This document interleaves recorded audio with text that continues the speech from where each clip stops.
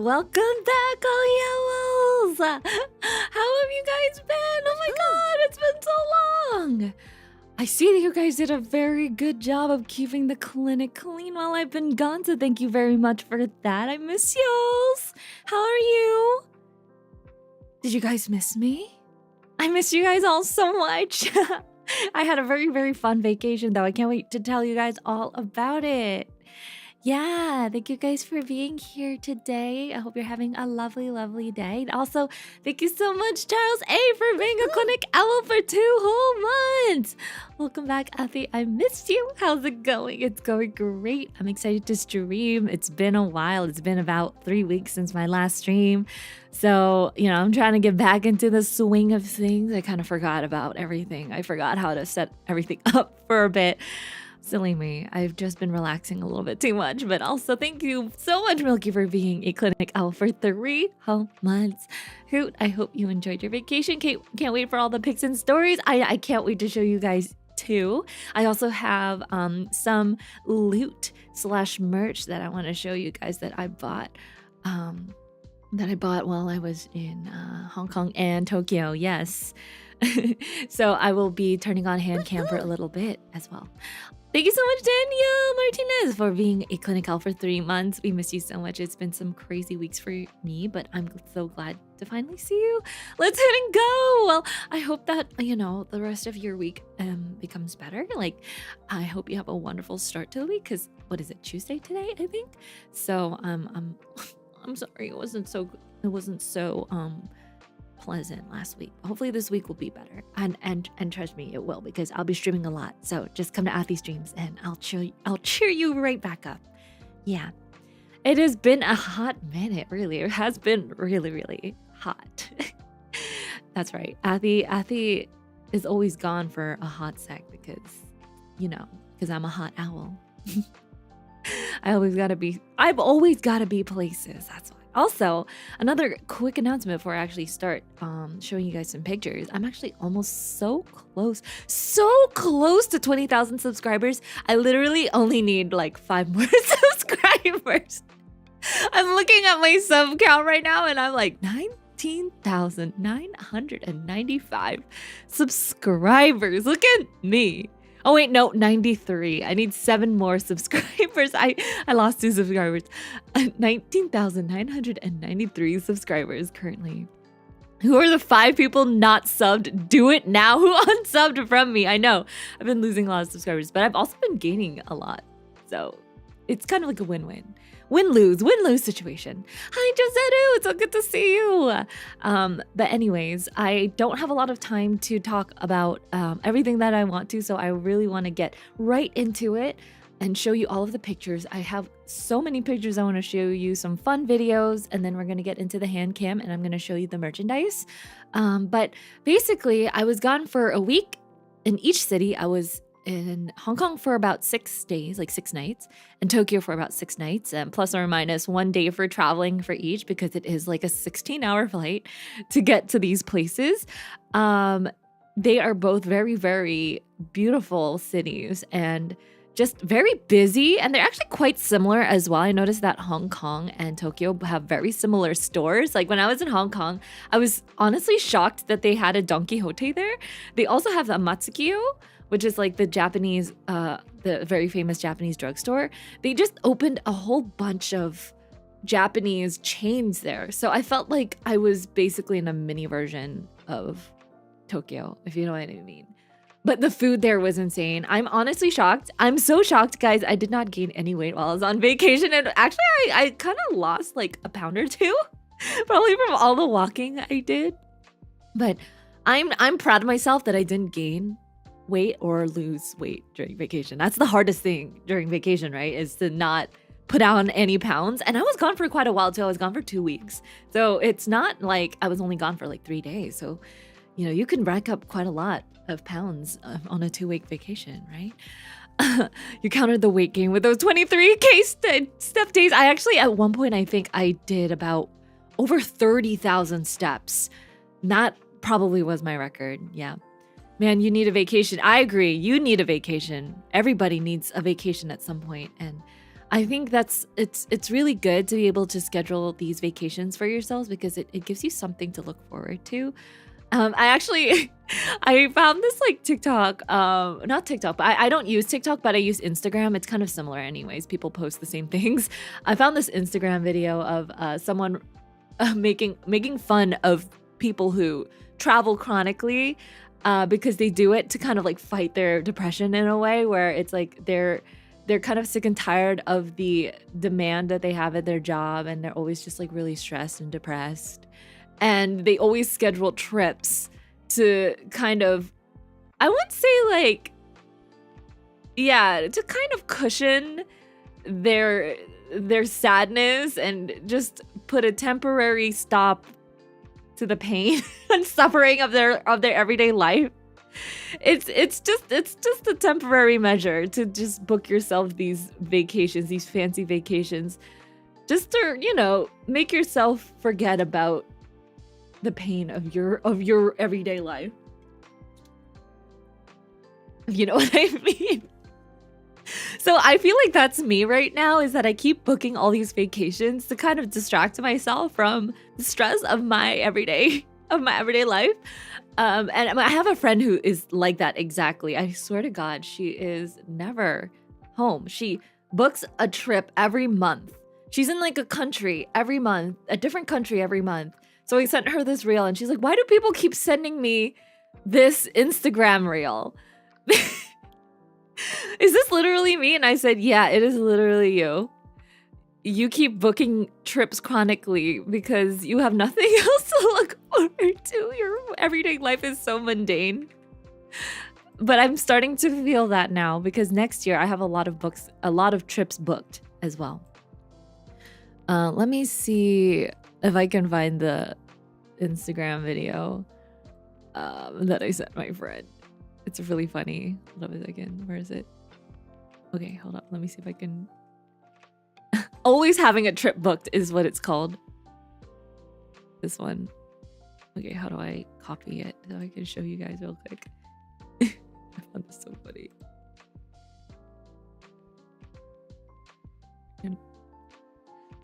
Alright. Let me see if I can show you real quick on my window capture.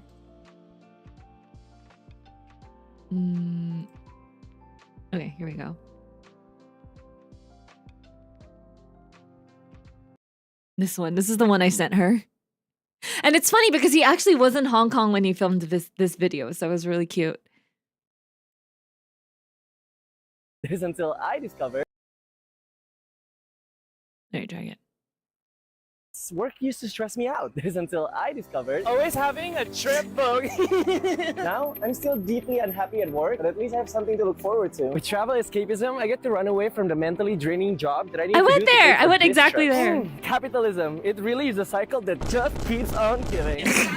Instead of fixing the root of the problem, I can just temporarily numb my unhappiness. I got my flights booked, my UBG eSIM is always active, and I'm ready to fly away from my reality. I know you all think I need therapy, but I'm just saying, I've never felt sad eating dim sum in Hong Kong. That's basically Travel me. escapism you can also get. Booking a trip while still on your current trip, fleeting joy, detached from reality.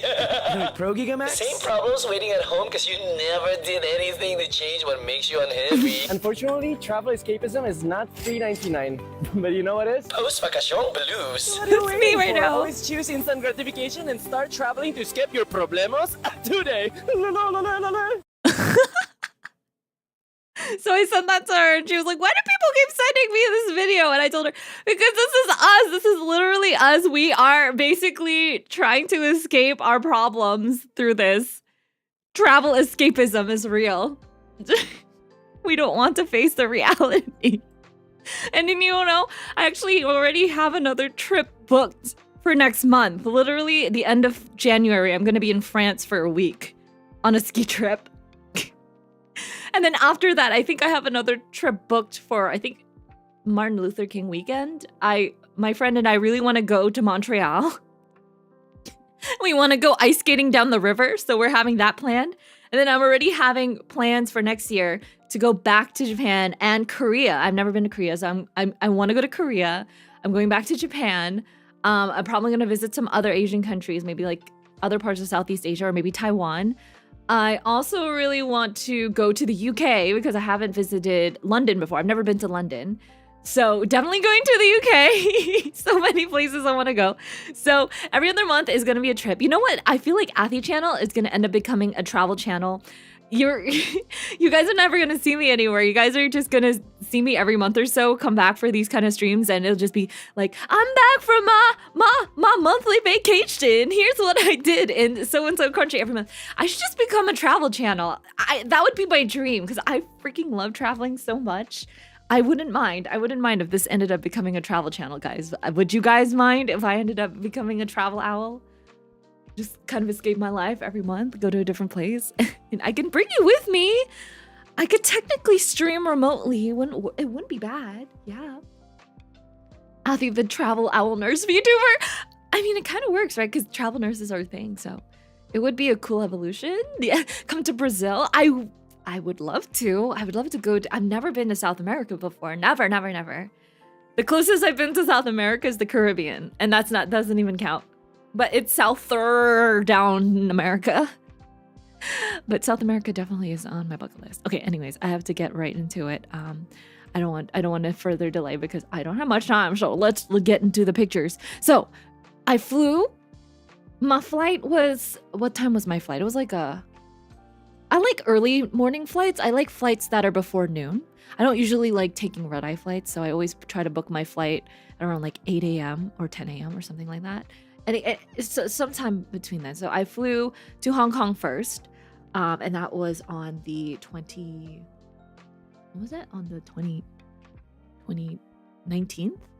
I don't even remember. I think it was on the 19th or something. I flew.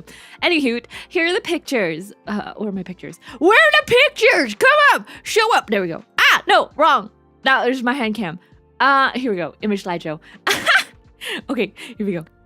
Philippines when? Philippines soon! I freaking love the Philippines. I'm coming to Philippines. Josedo, I'm coming for you. I love the Philippines so much. I love Filipino food. I'm coming to Philippines. I don't know how to say I'm coming Philippines, but in Filipino, but I am coming. And I'm excited. I'm excited to explore. Okay, let me make my chat smaller. I'm gonna shrink you guys a little bit just to the corner so you can see my pictures. You can see my pics and my pecs. Oh, this should be a whole segment, guys. Welcome to Athy's Pics and Pecs, where you can choose to see one pics or two pecs. Choose one or the other, or both. I don't care. Same thing. Pics or pecs? Okay. So this is I don't even know what this is. This is just a random picture I took. I thought that was really aesthetic.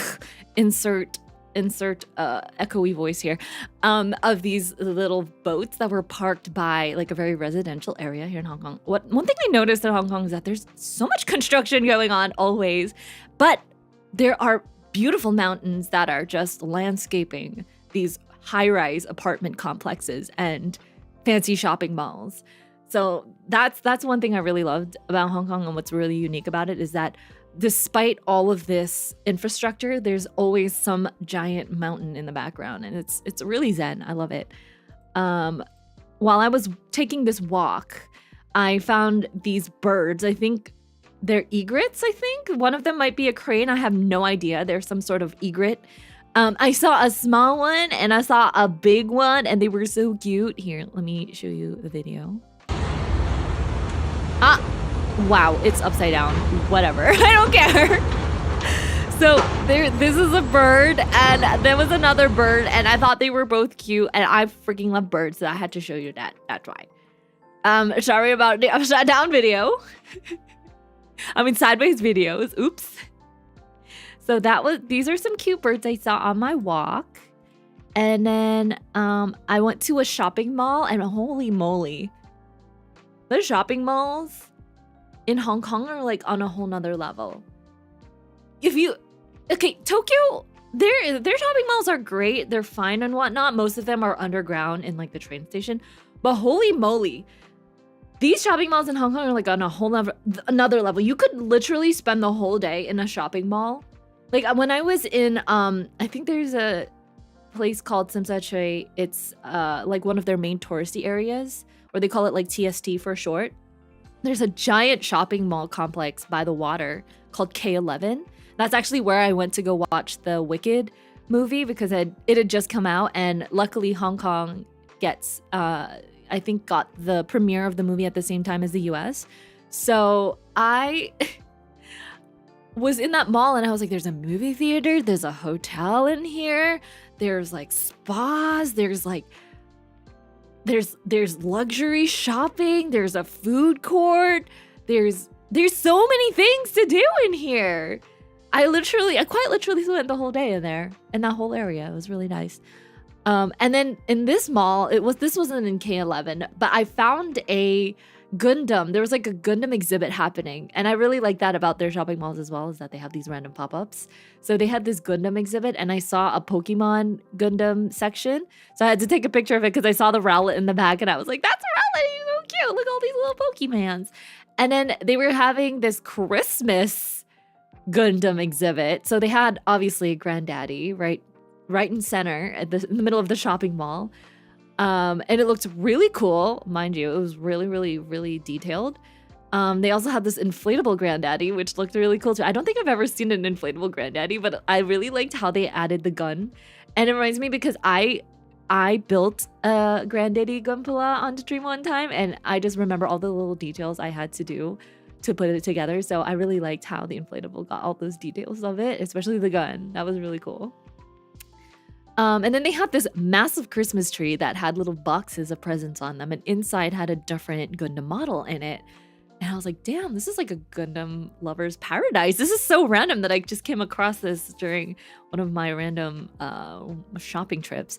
Yeah. And then there's like green little, I forgot what the name of that character is, but there was like the green ball Gundam character and it had a little Santa hat. He's so cute. And there are a bunch of them all plastered all over. You can see on the railings as well on the second floor. A bunch of the little balls, Gundam ball guys. So cute. And then I saw there was an arcade. Oh, another thing about the malls in Hong Kong is that they have like arcades. So many of them have arcades and they'll have anime stores. This one actually had so many anime stores in them. It had kind of like a Namco arcade situation going on. And when I walked in, the first thing I saw was this Marin pillow. My crane game era is kind of over, but I just had to take a picture to appreciate the Hololive love in this random arcade that I found in Hong Kong. I'm pretty sure Hololive is just as popular there too. Yeah, right. The Marine pillow is really nice. Hello, welcome. Was the Wicked movie in English or did they dub it? It was in English. You can actually they only had one version. You could either watch it they only had it in English and it had Chinese subtitles. I think all of the versions that you watch, it's not dubbed. It's I think maybe they do have a dub. I didn't check because me and my friend, when we bought the tickets, we just looked for the English one, and specifically we went to IMAX because we wanted to be fancy for our special Wicked experience. It did have Chinese subtitles in the bottom, and at the beginning, you know how in the beginning of the Wicked movie, I don't know if you guys have seen it, there's a little bit of a epilogue text. That beginning part was all in Chinese, and I was so disappointed because like I didn't understand anything. And to be fair, most of the people in the theater were also really disappointed because even though they were I think most of them knew how to speak and read Chinese, one of them actually said out loud, wait, why is there no English text? Like they literally said it because in the beginning they're supposed to say like once upon a time in like the wicked witch of the West or something like that. They had just like a little introductory text for like about a minute, but all of it was in Chinese characters, so I don't understand it. And then people were just kind of like, what? Anyways, that was the situation. But you know what? I'm probably gonna watch the Wicked movie again at some point, so I will know exactly what will be in the beginning text again. Now that I'm back home, I'm gonna watch it again. Yeah. Okay, so then after that, I spent a day walking around the Kowloon Walled City Memorial Park just because I've never been to this kind of park before, and I've heard of it, and people were saying, oh, it's kind of boring, there's nothing there. But after reading Kowloon generic romance, that manga, I had to go just to come pay my respects and do a low-key pilgrimage because that manga was set in like Kowloon Walled City, albeit a sci-fi kind of alternative world of Kowloon Walled City. But it was really beautiful. I really love like these kind of little mini temples, these Chinese temples that they have here, and the pagodas. And then they also had this like zodiac circle with all of the Chinese zodiac animals on them. So I took a couple pictures of them because they were really cute. Like this is the horse.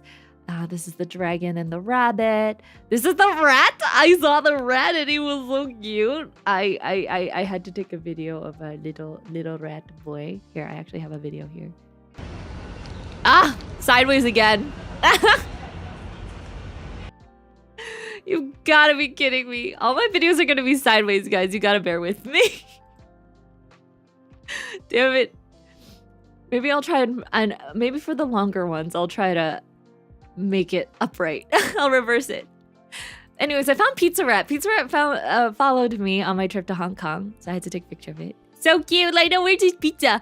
I would have thrown a pizza to him, but I'm pretty sure I would get arrested for littering. And this is a pig, and I thought he was so cute. I just took a picture. It was like, it looks like he's saying oink, oink, oink, oink. And then I proceeded through the park and I took lots of nice pictures of the architecture. I really like this kind of hole, this circular like door. I also really like the roofing on this and the tiling on the floor, the stones on the floor. This is a very zen picture. I was trying to take a very Instagrammable pic. And then right in the middle of the memorial, there was a what do you call it? Model? Like a tiny scaled model of what Kowloon Walled City looked like, because it was demolished a long time ago. It was demolished before I was born, so I know that I never would have had a chance to see it in its full glory, if you could even say that, glory and demise, I guess. Hello. Oh, Griffle Gaming. Hello. You said you would like a shout out. Then there you go. There's your shout out. You came from the cover of Usain. Well, I hope you enjoyed it. I thank you for the support. So this is so cute. I really liked this tiny little model of Kowloon Walled City. And I also really liked the art in the background. I kept going into the model and trying to see through all the nooks and crannies and trying to imagine, oh my gosh, it's Kowloon generic romance happening right now inside that little model. Me trying to just imagine like a tiny toy Kowloon Walled City right now. If only I had brought my miniature figures or something, I could have just like put them in the side and taken some pictures or something. Yeah, there were not a lot of people at the park actually. It was mostly just old people, like senior citizen tourists from China probably. This is actually one of the old foundation sites of Kowloon Walled City, so this was very, very cool to see that you could still, you are literally standing where it used to be, and this is one of the old building sites. They also had like an old, not just the foundation, but they had the actual building. I think the next picture is oh, here's another picture, a closer picture of the model. Really cool how everything was so dense. But they had like a picture of one of the warehouses in Kowloon Walled City. And inside you could go in and there's a small photo exhibit. So I took some pictures of the pictures in the exhibit because I thought they were really cool. For example, this one is a picture of the numerous dental clinics in Kowloon Walled City during the 1970s. And I thought that was really cool because in Kowloon generic romance, they always talk about like dentists in them.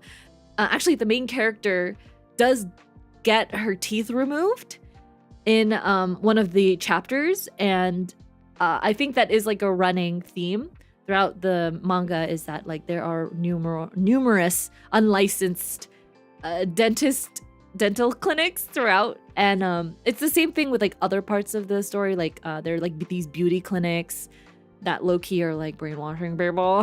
Spoilers, but yeah, I love how the author really took inspiration from real life things that happened inside the wall. So here you go, numerous dental clinics. Have you seen? If you guys have read the manga, this is a really cool Easter egg. Here's what it looks like, like an aerial picture of it. So freaking dense. And then there's just like this one middle hole. I wonder what was in that middle hole. honestly. And then this is the park that I went to that they built after it was demolished. Yeah. Right? So many potentials for stories, and so many movies were actually inspired by the Kowloon Walled City too. Yeah. Good night, Gripple Gaming. Have a wonderful, wonderful sleep. Hope you have good, sweet dreams. Yeah. Zephyr said they read about how electricity was done there. It was really interesting since everything was a gray area. Yeah, they basically siphoned electricity from the other buildings because, I don't know, it was kind of illegal in a way, but they were still able to do it legally. There were so many loopholes about Kowloon Walled City. I know that it in itself was like an autonomous region that stemmed from like a tiny like monastery or kind of temple in the middle. It had like, I don't know, the UK kind of left it alone because, you know, Hong Kong was a British colony.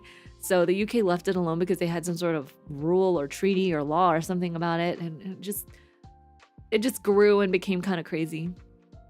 It was a loophole of loopholes, exactly. And there is a hole inside a Kowloon Walled City too. This is actually what it used to look like before anything was built. Cluster of buildings at the foot of the Lion Rock Mountain. This is the basis of what the Kowloon Walled City looked like in 1870, before the buildings were even created. And then slowly more and more buildings started to pile up. I really liked this picture because it showed what life was like inside the walls with these two cute little girls with their little bob cuts and their little dresses in like a really small apartment. And I was like, damn. Can you imagine growing up in a place like that? I cannot. And that's why I find history so fascinating, because you can only imagine. You can and you can experience it through their photos and through their stories and try to keep their memory alive. Here's another picture. Here's a picture of like the wall that started to be built around it. This is kind of another cool alleyway. Oh yes, this is the building that is still standing. It's called the Alms House. I have no idea what an alms house is, but yeah, this is an original structure from the Walled City that had the photographs inside. Thought it was really cool. Yeah.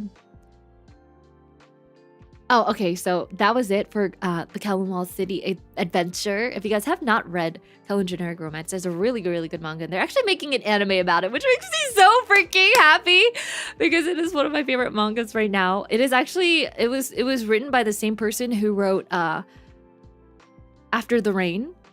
I don't know if you have ever read that manga or watched that anime. It's the same mangaka. After the Rain is the one about the girl who falls in love with her 40-year-old, the high school girl who falls in love with her 40-year-old coworker. And she's like a runner who's like, you know, recovering from an injury, and she's kind of like depresso, so she kind of finds solace in crushing on her 40-year-old coworker at a diner that she works at. It's like an age gap romance, but it's like a very sweet age gap romance. It's not like weird or anything like that. It doesn't get weird. It's not like Usagi Drop weird. You know what I mean? Because it deals with like real life topics, you know.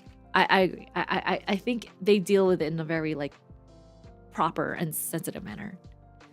No, not FBI. She's like 17 and he's like 40, and the thing is, he understands that she's still a minor. So obviously he does not like engage in that territory, but she just doesn't know what to do with her life, really, and he's the one to kind of guide her through it, and they both kind of help each other. I like those kind of stories where like they're both going through some things and then they both realize, oh, this can't really happen, but then in order to kind of combat that taboo in a way, or what society will think of them, they kind of help each other figure each other's problems out, and it's really cute. The opening song is also really good. We don't talk about Usagi Drop manga. I know we don't talk about it. So yes, that is a Athy'S choice manga for the year. Definitely go check it out. So then I headed to the shopping mall afterwards, and I got myself a fancy coffee. I've never tried a coffee like this before. It's called an espresso tonic. And basically, it is a shot of espresso inside a yuzu citrusy, like, not a soda, but like a juice, like a tonic. Yeah, so it is a juice, but with an espresso in it. And I noticed that this is a trend, especially in Hong Kong. I noticed that so many coffee places have been incorporating espresso drinks into like sweet, fruity juices or sodas. So I had this yuzu espresso tonic. It was not bad. It was weird because first you would get that hit of sweetness, that yuzu citrusy, like sour sweet feeling, and then all of a sudden you'll get this wave of bitterness at the very end because I think your bitter taste buds are in the back. And I don't know if I liked it at first, but after a couple of sips, it actually was not so bad. Yeah.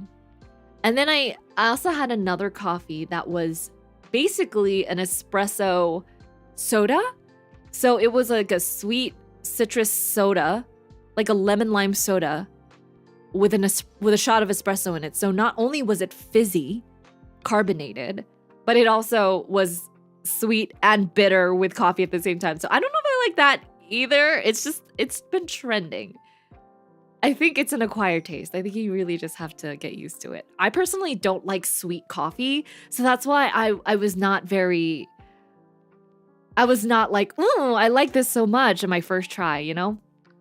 I was not not a very big fan of it at first because I don't like to add any type of sweetener to my coffee. So it was weird kind of tasting sweetness in the bitterness. I just like my coffee black or with a little splash of oat or almond milk. That's it. I don't like to add anything else to my coffee, seriously.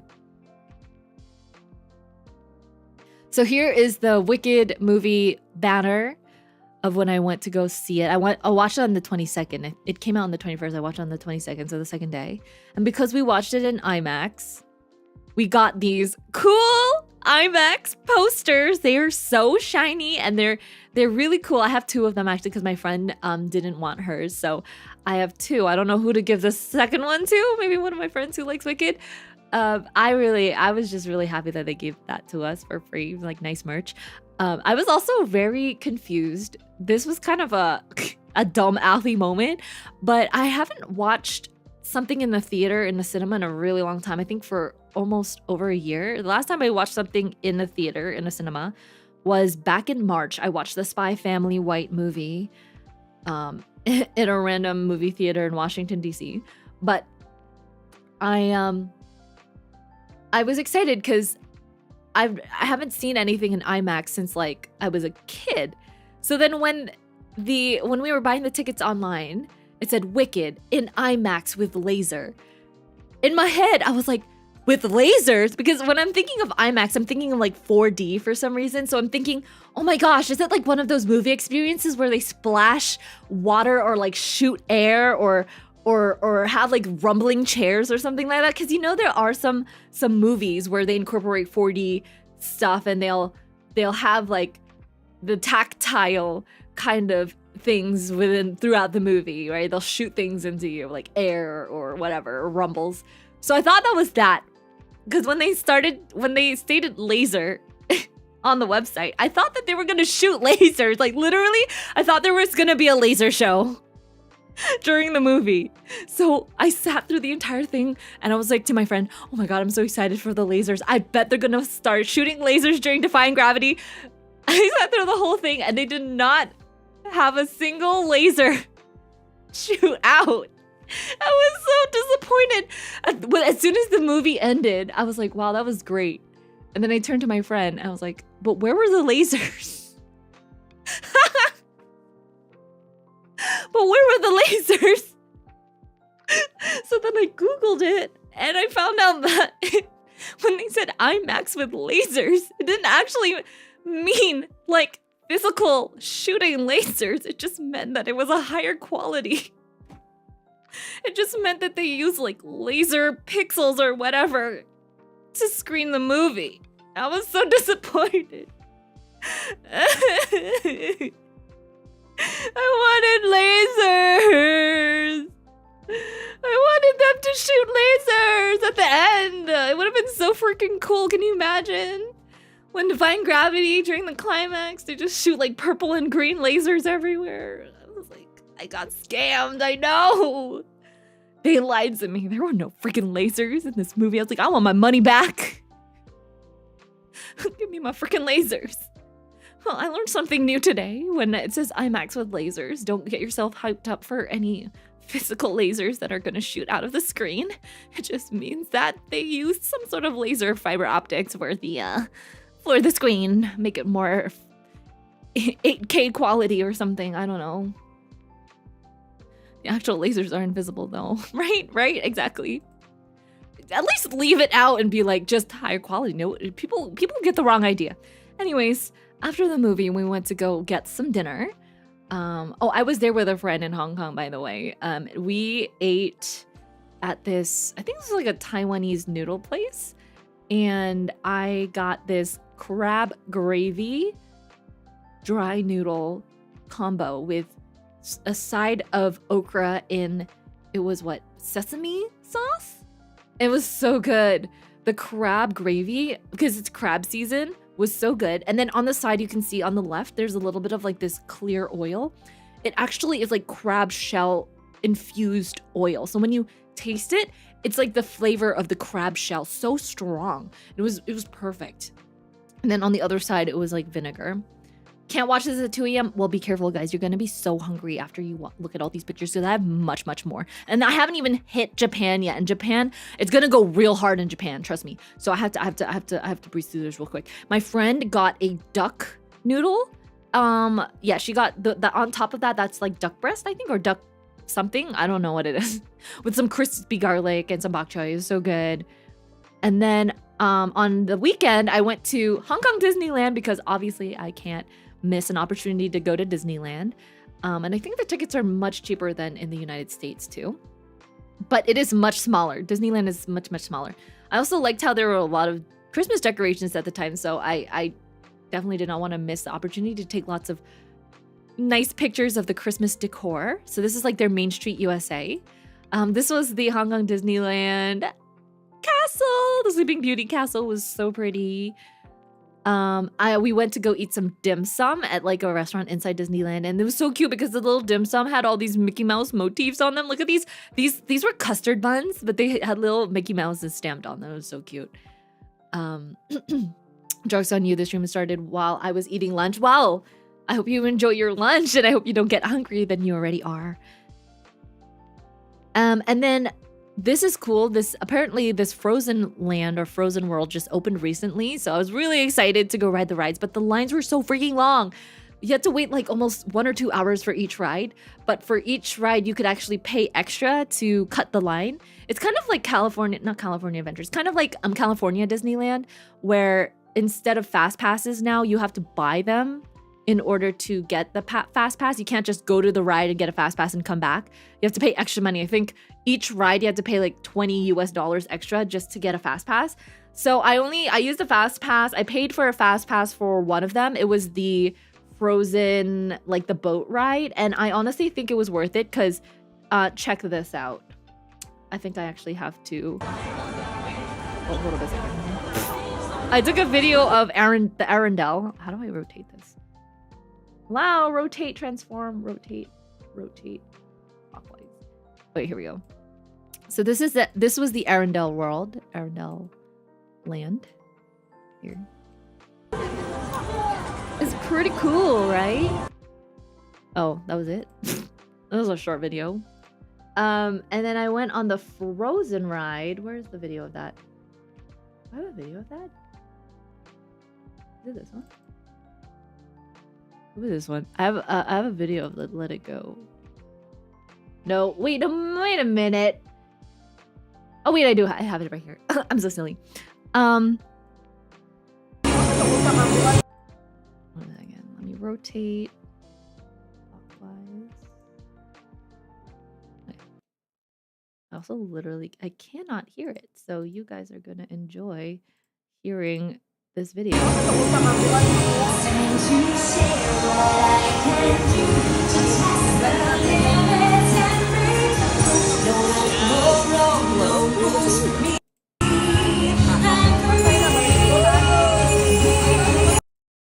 hear it, but it's not here. Where is it? We're just gonna have to watch everything. Watch everything sideways. Hold up. Okay, there we go. So this was the boat ride that I paid extra money to get into. It was so freaking cool. So you're on a boat ride, and then Elsa starts to sing "Let It Go," and my childhood starts floating back, and it's so cool. Oh, this is my favorite part. Because then when she sings "Let It Go," you kind of like shoot back. Wait, what's this? Whee! Isn't this so cool? Honestly, one of my favorite rides I've ever ridden on Disneyland. I would do it again if only the lines weren't so freaking long. The line wasn't an hour long. I definitely would have ridden it again. That was magical. It was one of my favorite things. And then here's another one. The animatronics were also when I finally do what Frozen thinks. The animatronics. Look how cute Olaf is. Okay, that's it. Those were the 2 movies I had. Right? Isn't that so awesome? So I got to enjoy my little Frozen moment while I was in Arendelle. They kept playing the Frozen instrumentals in the background. Like, could not stop singing. It's because I had like a very big Frozen phase when I was in senior year of high school. I was actually nicknamed Elsa of my high school because I just would not stop singing Let It Go. This was an Olaf ice cream cone. So cute. I really like the Olaf head marshmallow on the top. So cute. And then this was another ride. This was like another roller coaster that we managed to get on. We actually did not get to ride many rides because the lines were so long and we got to Disneyland really late. We got there at like 1 p.m. So by the time we got there, we only were able to ride like 4 rides. But this one was called Hyperspace Mountain, I think. And it was a Star Wars themed ride. I really liked the interior with all the little, solar system planets and stuff. And then after the ride, there was a gift store, right? And I saw this pouch and I really, really, really, really wanted it so badly because it was a pizza pouch, as in like it was a sling bag. So you could put it across your shoulders, a shoulder bag. And it included the little alien, the little green alien. And the little green alien is a coin purse. It also had a zip on the back of its head. So not only does the pizza house the alien and other things that you can put in there, like your lip balm or your wallet or whatever, but you could also use the little green alien as a coin purse. But it was so expensive, so I didn't buy it. It was a little over my budget. But I did see a lot of people looking at it. I just thought it was so cute because I love pepperoni pizza and mushroom pizza, so it was the perfect pizza combo for me for that. Maybe next time if I go there and I see it again, I'll definitely get it. I know, it was so cute, but how much was it? It was like, jeez, it was like $50. Yeah, it was like 40, 50 US dollars for that. I was like, no, I'm not going to spend, I'm not about to spend 50 US dollars on a pouch. So no, this was in Hong Kong dollars.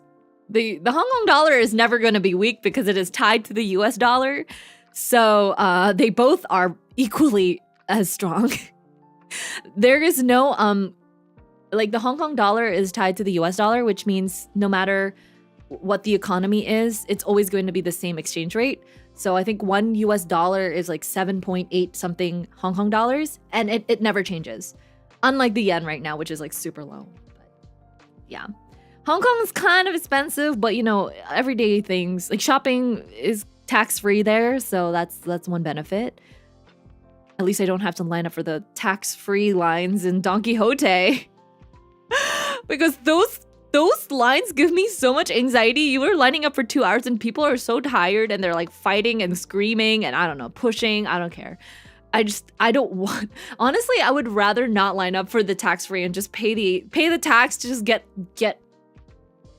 just skip the line. So I don't ever have to line up for tax-free. I don't mind paying that extra 10% so I can save time and save my sanity.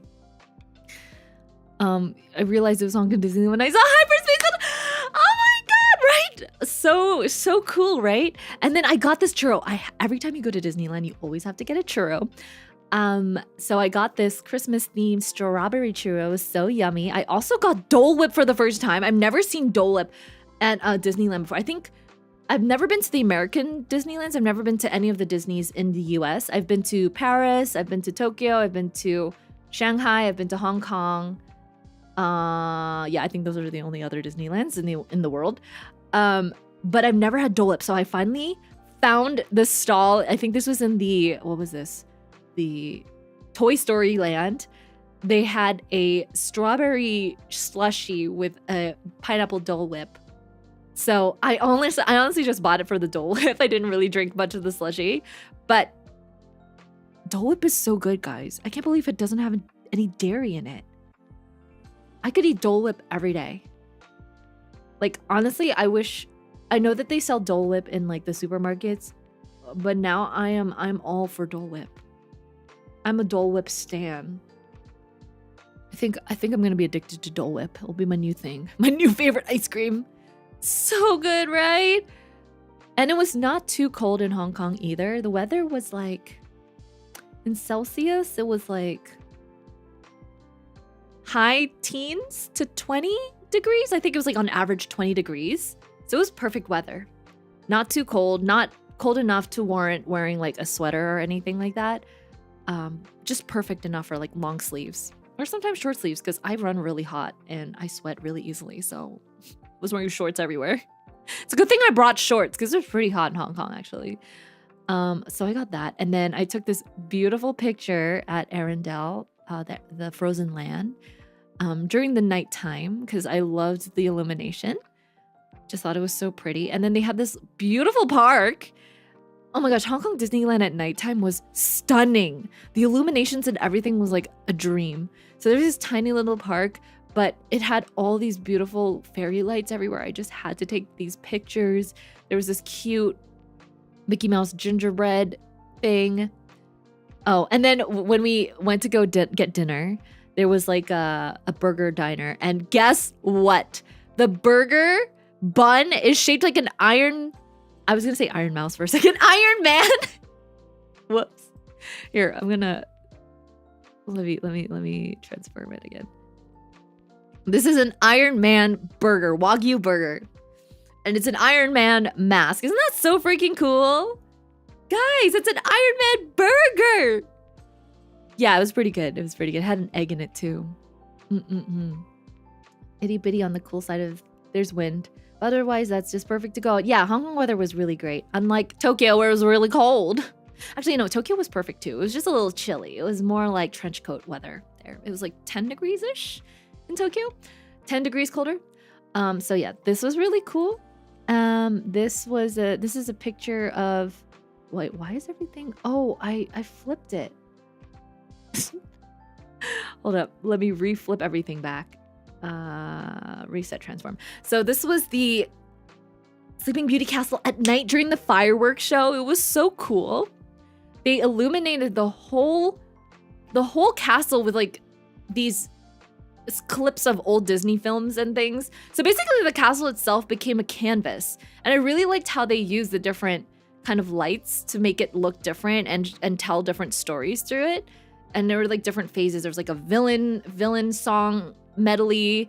There was like a hero song medley. There was a princess song medley. And then the fireworks were just like kind of there as like a little embellishment. But I really liked I think the highlight of the show was really those illuminations onto the castle. Because look, you can literally see Jafar on there. Can you see like how detailed every little light? I don't even know where they're shining this from, but it must be a very powerful laser.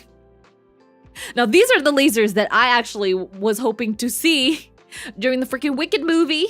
Okay. During the freaking movie, the Wicked movie, I really wanted to see these kind of lasers. Well, I got to see my lasers at Hong Kong Disneyland, so at the end of the day, it all worked out. Right? These were the lasers that they stole from my IMAX movie. This is the big Christmas tree that they had in the middle of the Main Street, USA. It's so pretty, and it changes colors too. It fades between different colors. One of the most beautiful cruises. Look at how stunning this tree is! And there's so many little Mickey Mouse-sies on it. You can see all the hidden Mickeys throughout it. I really like how they use that motif. Main Street, USA was so pretty at night. Yeah. Oh, and this was the coffee. So that was it for Hong Kong Disneyland. Had a great time. And then this is the coffee that I told you about that was fizzy. It was basically a soda espresso. So it was like sweet fizzy and then also bitter from the espresso. I don't know if I liked it or not, but it was interesting. There are so many artisanal or like fancy coffee places in Hong Kong now. I feel like Starbucks is becoming obsolete at this point because there's so many new names. Like there's the one called Omotesando Coffee or Omotesando. Yeah, Omotesando Coffee, which is funny because it's Omotesando Coffee, I think is Japanese. So I think most of these coffee brands are from Japan or Korea. But it's becoming like more popular now. People aren't going to Starbucks anymore. They're going to these coffee places because they're relatively affordable and the coffee quality is so much better and they're more unique as well. And it definitely has more of the coffee house vibe. Like the interior is much more clean and it's much more like, it's better for like a workplace, I feel. And they also have like really good food. Like this place, Knock Coffee, I think, NOC. They also had this egg. It's like an omelet. What is it? An omelet cheese toast? So the cheese is like on top, but then in the middle, it was like a tornado omelet. And then there was an avocado. You could add avocado on the side. So it was like an avocado toast, omelet toast. And the omelet in the middle was like a spiral like this. And it was so cool. So this is what we got during our like breakfast, early morning breakfast coffee run. Yeah. Is there boba or something inside? Is a big straw? No. That's just the size of their straws. Yeah. Fizzy coffee. I'm telling you, it is the trend now because I asked them, oh, what's your most popular coffee here? And they were like, this one. It was number one. I saw there was like a big number one with a little crown next to it. And I was like, okay, I'll try it. Because I've already had an espresso tonic, you know, it wouldn't be that bad. And actually, it was kind of interesting. I don't know if I liked it or not. I would say it was medium on my taste scale, on my like scale. I would say it's so. And then we had lots of Chinese food. Here's some more. We went to Din Tai Fung. Obviously, we got to go to Din Tai Fung every time we go to Asia, because they don't have that many Din Tai Fungs here in the States. So we had, I didn't get to take a picture of the soup dumplings, but Din Tai Fung is like a restaurant chain. So I don't know where it came from, but they have it all over Hong Kong and all over like other parts of Asia too. I think they also have some in the States, but they're famous for their soup dumplings and other food as well. I think the other food was also fantastic, mind you. But I did not get to take a picture of the soup dumplings, but they were so yummy. They're like some of the best soup dumplings I've ever had. Yeah. So then we went to go hiking in the Peak. So the Peak is like a really famous place to go see the views of Hong Kong. As its name implies, it is literally on a peak.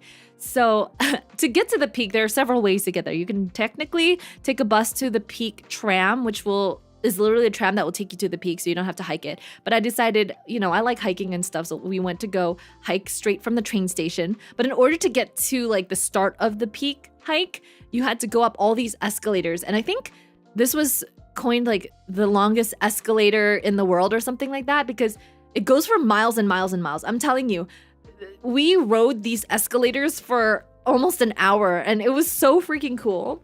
I think some of them are actually walkalators as well. They're like, they're not actually escalators. They're like what are they called? Like walkalators? Or is that what they're called when they're flat? Are those what they're called? What are they called? Conveyor belts? Human conveyor belts? I think they're called walkalators, right? Travelators? Moving sidewalks? I don't know. They're flat escalators. That's all I can say. They're not stairs. They're actually called travelators? That's funny. I've never heard that. So then we got to the Peak. And this is the building, the famous building on the Peak. It's also a shopping mall. I know Hong Kong's obsessed with their shopping mall. But it looks pretty cool. It's like an upside down like not upside down D, but it's like a smiley face. It's like a lemon wedge. I appreciate that lemon wedge. Half crescent moon. Oh, half moon, not a crescent moon. It is a crescent moon, basically. Or half moon. No, crescent moon is not the same as half moon. Sorry. I don't know what I'm saying. Some malls and supermarkets have them for getting the 2 rooftop car parks. Yeah, no, it's the thing with like in Costco. Costco has the things for the shopping carts. Trolley escalator. Or whatever they're called. While I was at the Peak building, like the shopping mall, they had these really cool statues that I just had to snap a picture of because I found them so funny. Here's one of Ronald McDonald, but like in some sort of like, I think it's a Buddha statue. I thought this would be really cool to showcase in your house as like some sort of fine art piece. But Ronald McDonald as the Vine Buddha. Here is a sleepy Garfield, which was so cute. And here is a Mario. Yes, Mario from Super Mario Brothers in a super hipster outfit. I actually really like this one. I would have this one in my home, actually. I would have both the Garfield one and the hipster Mario in my house as decor. Oh, I'm pretty sure they're expensive. I'm sure they're up for auction or something like that.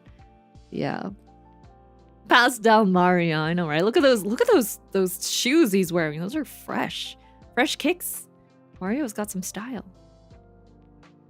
So this is the view actually here. I'm gonna move over to the side.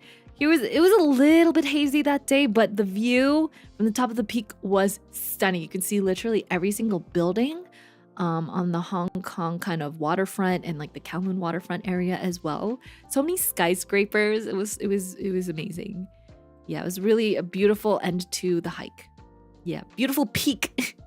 It was a beautiful peak to my hike to the Peak. I know, one might even call the view peak. It was the peak of my experience. Oh God, we can make so many puns with that. The Peak was peak. The Peak's view was peak. Everything was just peak. What a peak landscape. What a peak experience. It was a peak memory. Peak time. Here's a little closer upper of, look at the mountains in the background. Aren't they so freaking cool? Aren't they so cool, those mountains? I took a peek pic of the Peak. Peak's Peak. Wait, I got one. I took a peek pic on the peak of the Peak. Wait, I had to digest that a little bit. I took a peek pic while peeking on the Peak. Speaking of peak, I had some peking duck. Wait, where is it? I had some peking duck. I had some peking duck while hiking to the peak of the Peak. Peak indeed. Look at this. I knew I had to. There was like the one condition I had when I went to Hong Kong was that I had to eat Peking duck before I left, no matter what. So we went to this restaurant called Peking Garden. Yes, Peking duck at the peak of the Peak. It was absolutely peak. The Peking duck was peak. So here, I'm gonna start from the beginning. So this is like a fried shrimp salad thing with some strawberries. It was actually really good. It was like sweet and savory and a little bit shrimpy. And then there were these fried taro croquet looking things. They're so aesthetic. Everything in Peking Garden was so aesthetic. Even the cutlery and the plates and the tablecloth and everything. I just had to take a picture. Just look at the plate itself. It's so beautiful. And then I got this soup. I saw it on the menu and I thought, oh my God, I have to get it. Because it literally is the yin yang symbol, but they made it in a soup. And it looks so cool and it's so aesthetic. It also tasted really, really good. I think it was like a seafood soup, a thick seafood soup. Then we had our Peking duck, of course. The peak of the meal was the Peking duck. And then afterwards, for like an afternoon tea situation, we got this pineapple bun, or bolo bao, they like to call it, with a fried egg, and I think there's ham and cheese inside. So it was like a bola bao sandwich. And then there was also this, what was this? Ramen noodles with spam and egg. So it was like very typical kind of like diner, Chinese or Hong Kong diner food. That was very good. Very filling. So I hope you guys aren't getting too hungry right now. So then I took a walk down the harbor front and I took a picture of this building. It had I had a lot of projections on it, and I managed to catch the one that said like, I love Hong Kong on it. I thought it was really cool. Yeah. And then the next day I went and I got some coffee, of course, in another artisanal coffee spot. I feel like most of my time in Hong Kong was just trying to find all these artisanal coffee shops. So I went here, but this time I got a normal coffee. I didn't get a weird espresso tonic or soda espresso. I just got a normal cappuccino, oat milk cappuccino. And then I got these really lovely scones. It was a nice breakfast. And then I went to I found this vintage store inside a shopping mall while I was buying some clothes and some shoes. And I actually came across it because the shoe store that I wanted to go to was closed for lunch break. So I had 2 hours to spare in other places. And then I saw that they were selling these Happy Meal containers, these Happy Meal cardboard boxes. And I thought, wow, these are really vintage. I've never seen these before, but I guess this came out when Mulan first aired, right? First came out in theaters. They had all these vintage Happy Meal boxes. And they were going for a pretty hefty price. I think each were like $10 at least, 10 or 11 US dollars. I think it was like 80 something Hong Kong dollars. And some of them, I saw the price. Some of them were even like 200 Hong Kong dollars. It was pretty expensive. And then there's this really cute Hello Kitty one. I actually really like this one. I kind of wanted this. Yeah. And then when I went to Uniqlo, they had this like special Hong Kong collaboration. They had like collaboration with these like Hong Kong artists, and these are like unique prints that you can only get in Hong Kong. Like they have the ones in Tokyo. So I found these little lunch bags or tote bags that had little Shoo My Cat on it, and I had to get it because it was so freaking cute. So I bought one for me and my little sister. I bought one for Moy as well, my Emoto owl. She said she wanted this Shoo My Cat, and I got the egg waffle cat. I got this one. Isn't it so adorable? I also got some t-shirts with the cute like egg waffle and dim sum as well on there. And I thought these would make perfect souvenirs for my trip to Hong Kong. So, Shoo Meow, stop!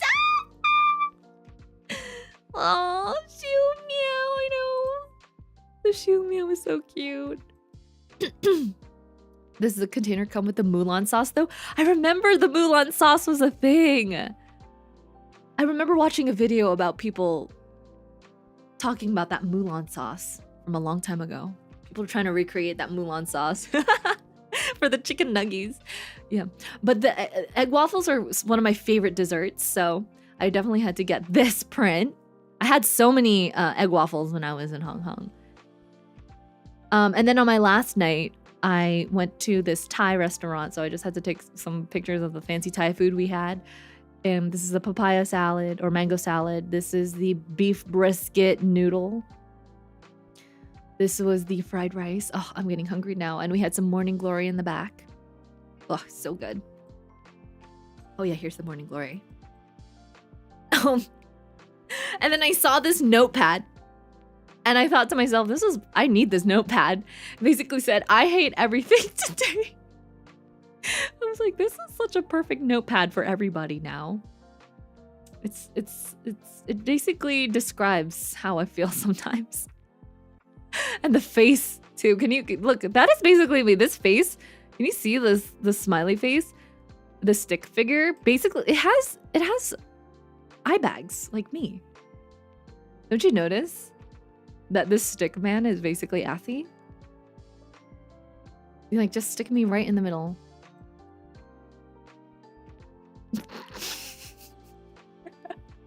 This is here. You guys can take a screenshot right now and make this into a meme.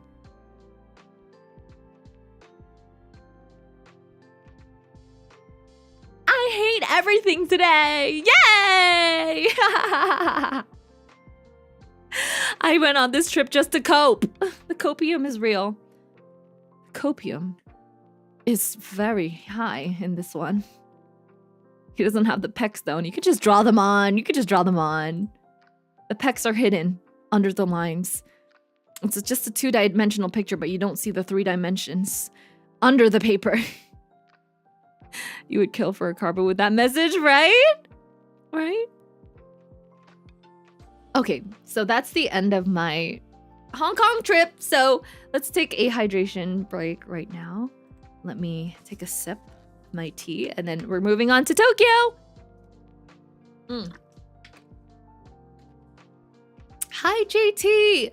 Welcome back from Tokyo, Athy. How have you been? Did you enjoy your vacation? Yes, I did. I was in Hong Kong for a bit as well. I was there for a week too, but I just finished talking about my Hong Kong trip, and now I'm gonna move on to my Tokyo trip. I hope you guys are still awake. I'm sorry for all of you guys who are in Asian time zones. I know it is a very random time for me to stream. I usually stream late at night, EST, like Eastern Standard Time, but I had work today, so and I really wanted to get this stream done as early as possible, and I'm very busy this weekend because we have holiday parties for the owl. The whole of the owl family is coming over on Saturday, and we're hosting a massive party. So I'm gonna be busy all Saturday, but I'm excited because I'm also gonna be streaming BioShock 2 on Friday night. After I'm working 3 in a row. And then on Sunday, before work again, I'm going to be streaming some guitar. So, but you know, it was really, my trip was so crazy, guys. I kid you not. I averaged like 4 hours of sleep every single night. That's how crazy my trip was. I had something to do back to back every single day, morning, afternoon, evening, post-evening, all the way early in the morning. And the problem was my accommodations were really far from where I needed to be. So by the time I got home, it was like way past midnight. It was like 1 in the morning because my accommodation was always like an hour away from where I needed to be. And every day I just had so much to do, so many people to see, so many attractions to visit, all these restaurants I wanted to go try. So I got kind of sick actually towards the end of my trip to Hong Kong. When I was flying from Hong Kong to Tokyo, I got really, really sick. So for the first few days in Tokyo, actually throughout the entire week in Tokyo, I was very sick. And it was very dry as well. So my throat was very, very sore. My nose was bleeding every single day. At one point, I had like a massive nosebleed when I was in the train in Tokyo, in the subway. And because I'm a pro with nosebleeds, I was down to my last tissue, guys. I was down to my last freaking tissue.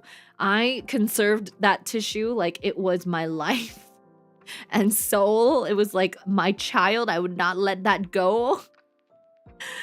And I managed to stop my nosebleed while I was commuting. I did not stop commuting. I did not go to the bathroom. I just kept riding the train and walking while pinching my nose and while it was actively bleeding because I was like, I don't have time to stop and manage this nosebleed right now. I have places to be. A little nosebleed isn't gonna stop this, owl.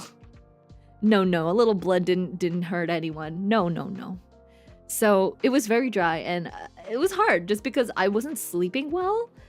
But the thing is, I was just running off so much adrenaline. So by the time I got back home, I was so dead.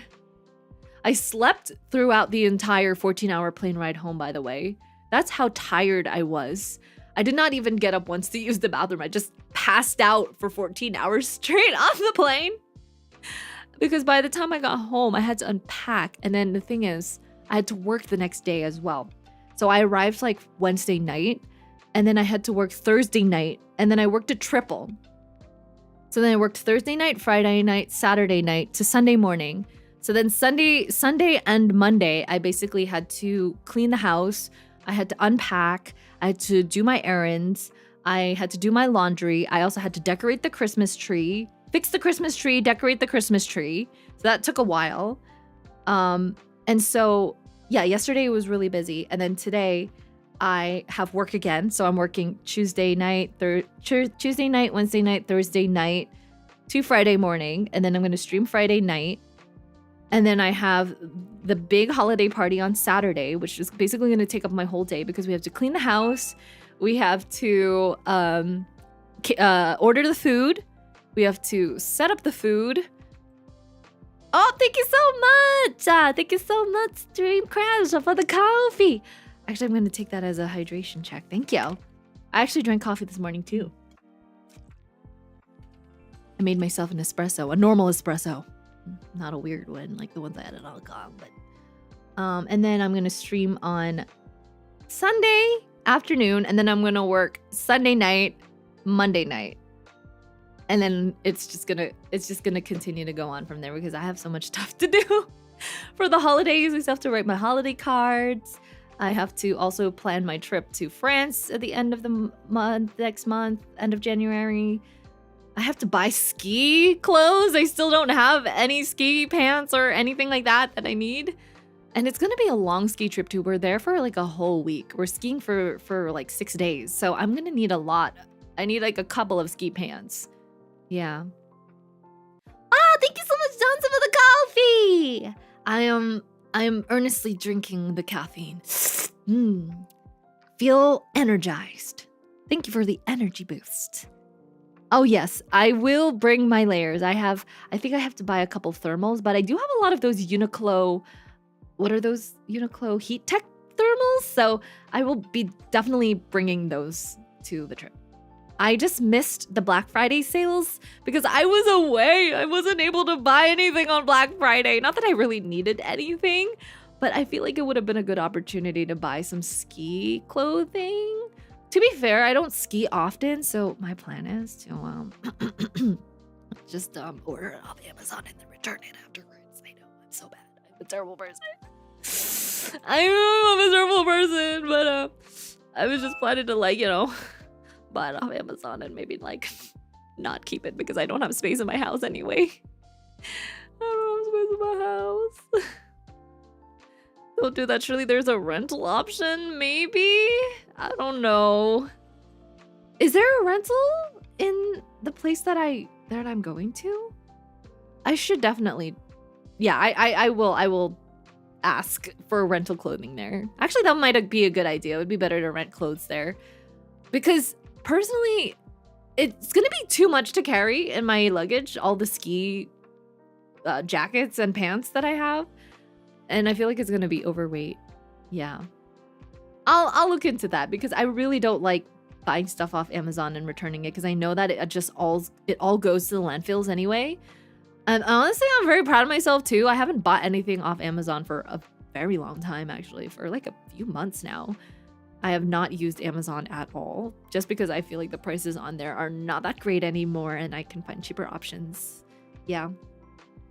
The only reason I order off Amazon more is because when I buy off other sellers, the shipping is the problem. I live in a very hard to get to area, so sometimes shipping couriers can't get here. So only certain ones can. And I always run into that issue that I'll order groceries and they can't get in here. So I have to go somewhere else to pick up my groceries, So it's kind of annoying. They don't deliver straight to my door, is what I'm saying. Not a lot of couriers can deliver straight to my door. Only Amazon can. Yeah. You use Amazon for emergency purchases that you need. Yes, exactly. Same here. We had to buy a new star for our Christmas tree because I thought that the star on our Christmas tree looked really ugly and small. And our Christmas party is this Saturday, and there are not a lot of options for trees for stars that would deliver within 2 days. So I just chose the one that did not look remotely bad. And I was like, I just need a tree topper that can light up and does not look ugly, does not look half bad. So I finally bought one. Yeah. last minute. And it's going to be delivered on the 12th. So the Christmas party is on the 14th, so it'll be delivered on the 12th. So I think we'll be safe. We'll be safe. I just needed a star. Yeah. So that was the only thing I bought on Amazon actually, was the tree topper. Yeah. Oh, your Super Mario Star one? That's so cute. Oh, I wish one day if I ever like move out and live on my own, I'd love to make myself like a geeky Christmas tree where I just put a bunch of anime figures on there, and on the top it would be, I don't know, some sort of really cute video game or anime star or something like that. Yeah. The Mario one would be really cute too. It would make sense because, you know, Mario actually does have a star character or star item in the game. Yeah. Okay, anyways, let's move on. Let's talk about my trip to Tokyo.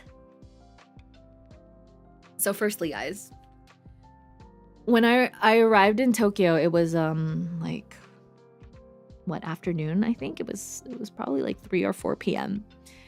And I'm actually part of like this forum or this travel group of mainly solo travelers to Japan.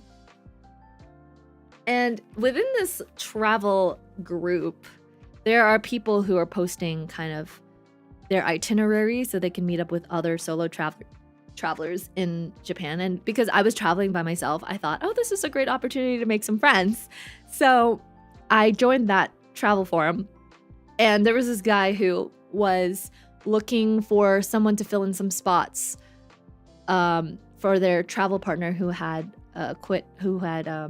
dropped out of their trip last minute, and he needed people to fill in like other spots for restaurants, because a lot of fancy restaurants in Tokyo, they require you to have at least 2 people, especially like omakases and stuff like that.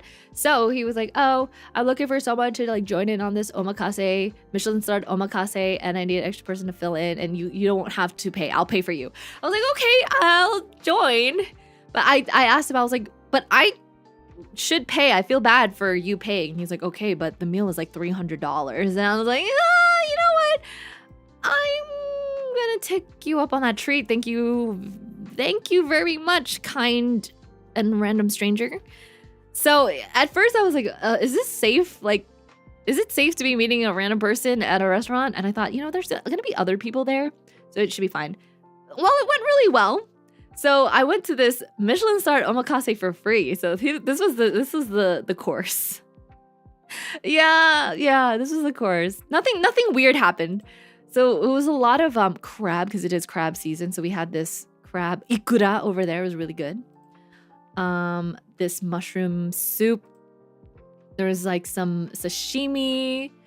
Oh my god, there was some caviar. Oh, the uni was so good. And there's tuna sashimi on the bottom. And then this was so beautiful, this plate. They put these autumn leaves on top. It was perfect for the autumn season. And then they had like some chashu. They had some cham, which is like chicken ham. They had a sushi over there. There's some vegetables, some little bites. This was like a shaved, I don't even know what this is. What was in here? Some pumpkin, I think. Oh, this was wagyu. I had so much wagyu on this trip. This was some seared wagyu, so delicious. And then this was the dessert. This is like a raindrop cake. It's the clear. It's almost like a pudding actually, with a little bit of soybean flour or kinako, and then a little bit of like a creamer on the side. So yeah, that was the Michelin-starred omakase I went to. It was really nice. It was so worth it, honestly. The vibes and everything was so cool. First time I've ever been to an omakase in Japan. I went to an omakase type restaurant in Portugal like 2 years ago. And I remember getting food poisoning from it and getting a little bit grossed out, because you could see the chefs actually preparing the stuff in front of you, and a lot of them were not practicing very good hand hygiene, and there was like a giant fly that was kind of terrorizing the entire kitchen floor, and it was just like bouncing around all of the different food dishes, and when the chefs turned their back, the fly would like fly into the food, and they wouldn't know, and then they would just like serve the food where the fly was flying into, and I'm pretty sure that's how I got food poisoning. Anyways, it did not sit well with me, that experience. That's why I'm very like cautious about omakase restaurants now. But I assume since this is a Michelin star restaurant, it wouldn't be too bad, right? Yeah, omakase is the word for when you don't order, they just bring you a course. Yes, exactly. So this is my first time or second time trying an omakase style meal. Because the first time I've ever tried it was when I was in Portugal.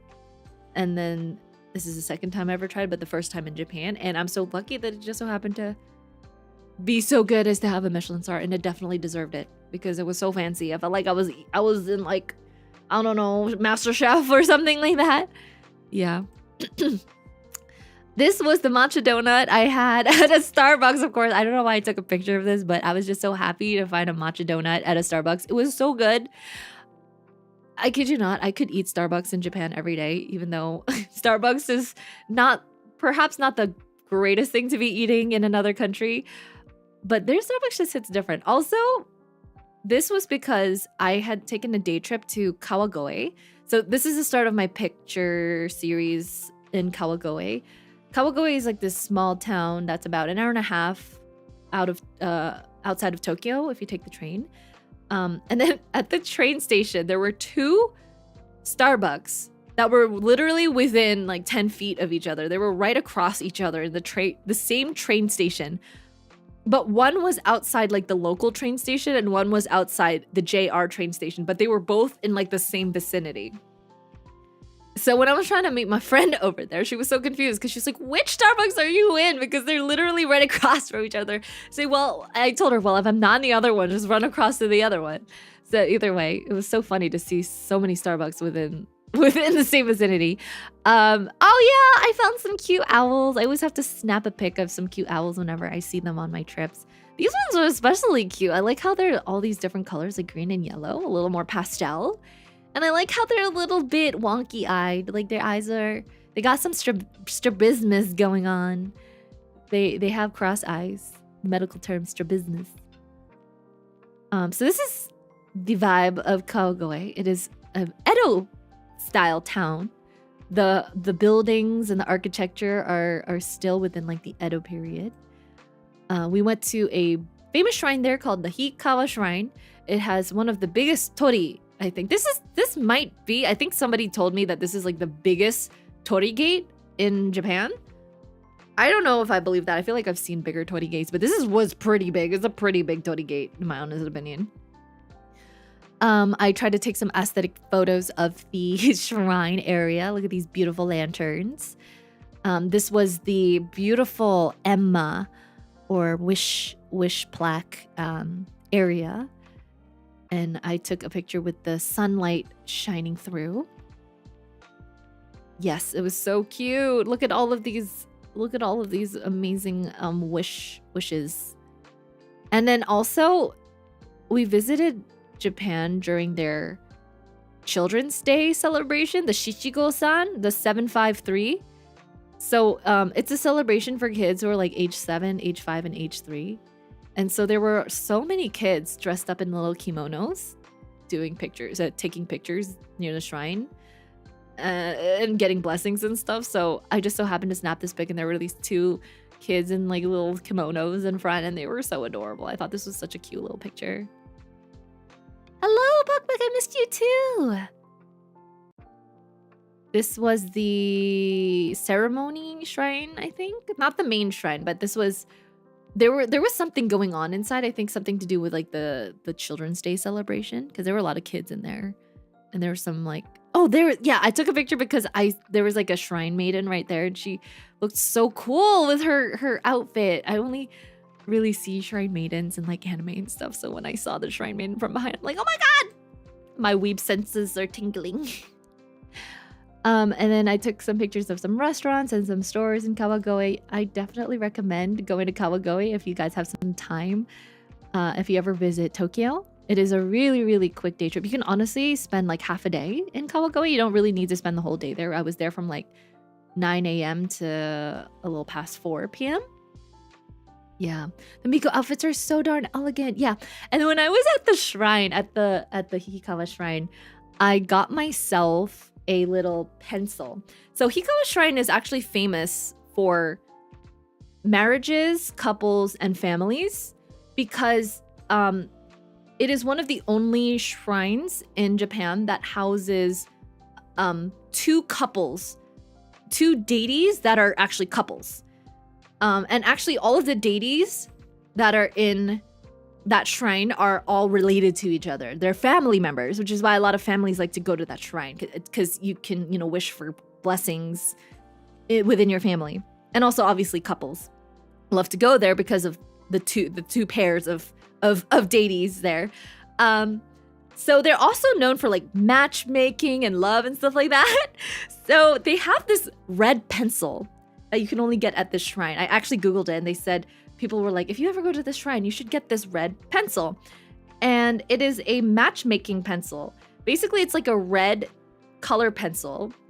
And on it is like a image of like a girl on one side and then the guy on the other side. And there's like a red string. And basically the whole spiel is that the more that you use this red pencil, the shorter it becomes. Therefore, the shorter the red string of fate that ties you to your supposed soulmate will become, and you'll get closer and closer and closer to your soulmate. So I got the soulmate pencil and I haven't used it yet, but it's still pretty long. So the more that you use it, the closer you'll get to your soulmate is what is the whole gimmick. So when I bought it, the Miko put it inside a little pouch and she blessed it. It was so cute. She put it in the pouch and she got like these two bells and then she was like, ching, ching. And then she like bowed and she was like blessing it with her Miko spirit or whatever. And then she passed it to me and I'm like, oh my God. She blessed it with her sacred Miko powers. Sacred shrine maiden powers. So yes, now I have a soulmate finding pencil. It's so cute. I have to show you guys. I'll show you later when I do my merch reveal. Yeah. So aren't these buildings so pretty? Kawagoe is just stunning. Everything was so retro. Look at the storefront first of all. I thought it was so cute. Look at these little Kimetsu no Yaiba or Demon Slayer cutouts that a little kid probably made and stuck them on the storefront. I had to take a picture of it because I thought it was so adorable. They did a really good job. They got all the characters. Maintenance is a pain in the butt. Yeah, it probably is. Oh yeah, so Kawagoe is also famous because they have a really cute candy alley. So this is their candy alley. It literally every single store down this street is some sort of candy store.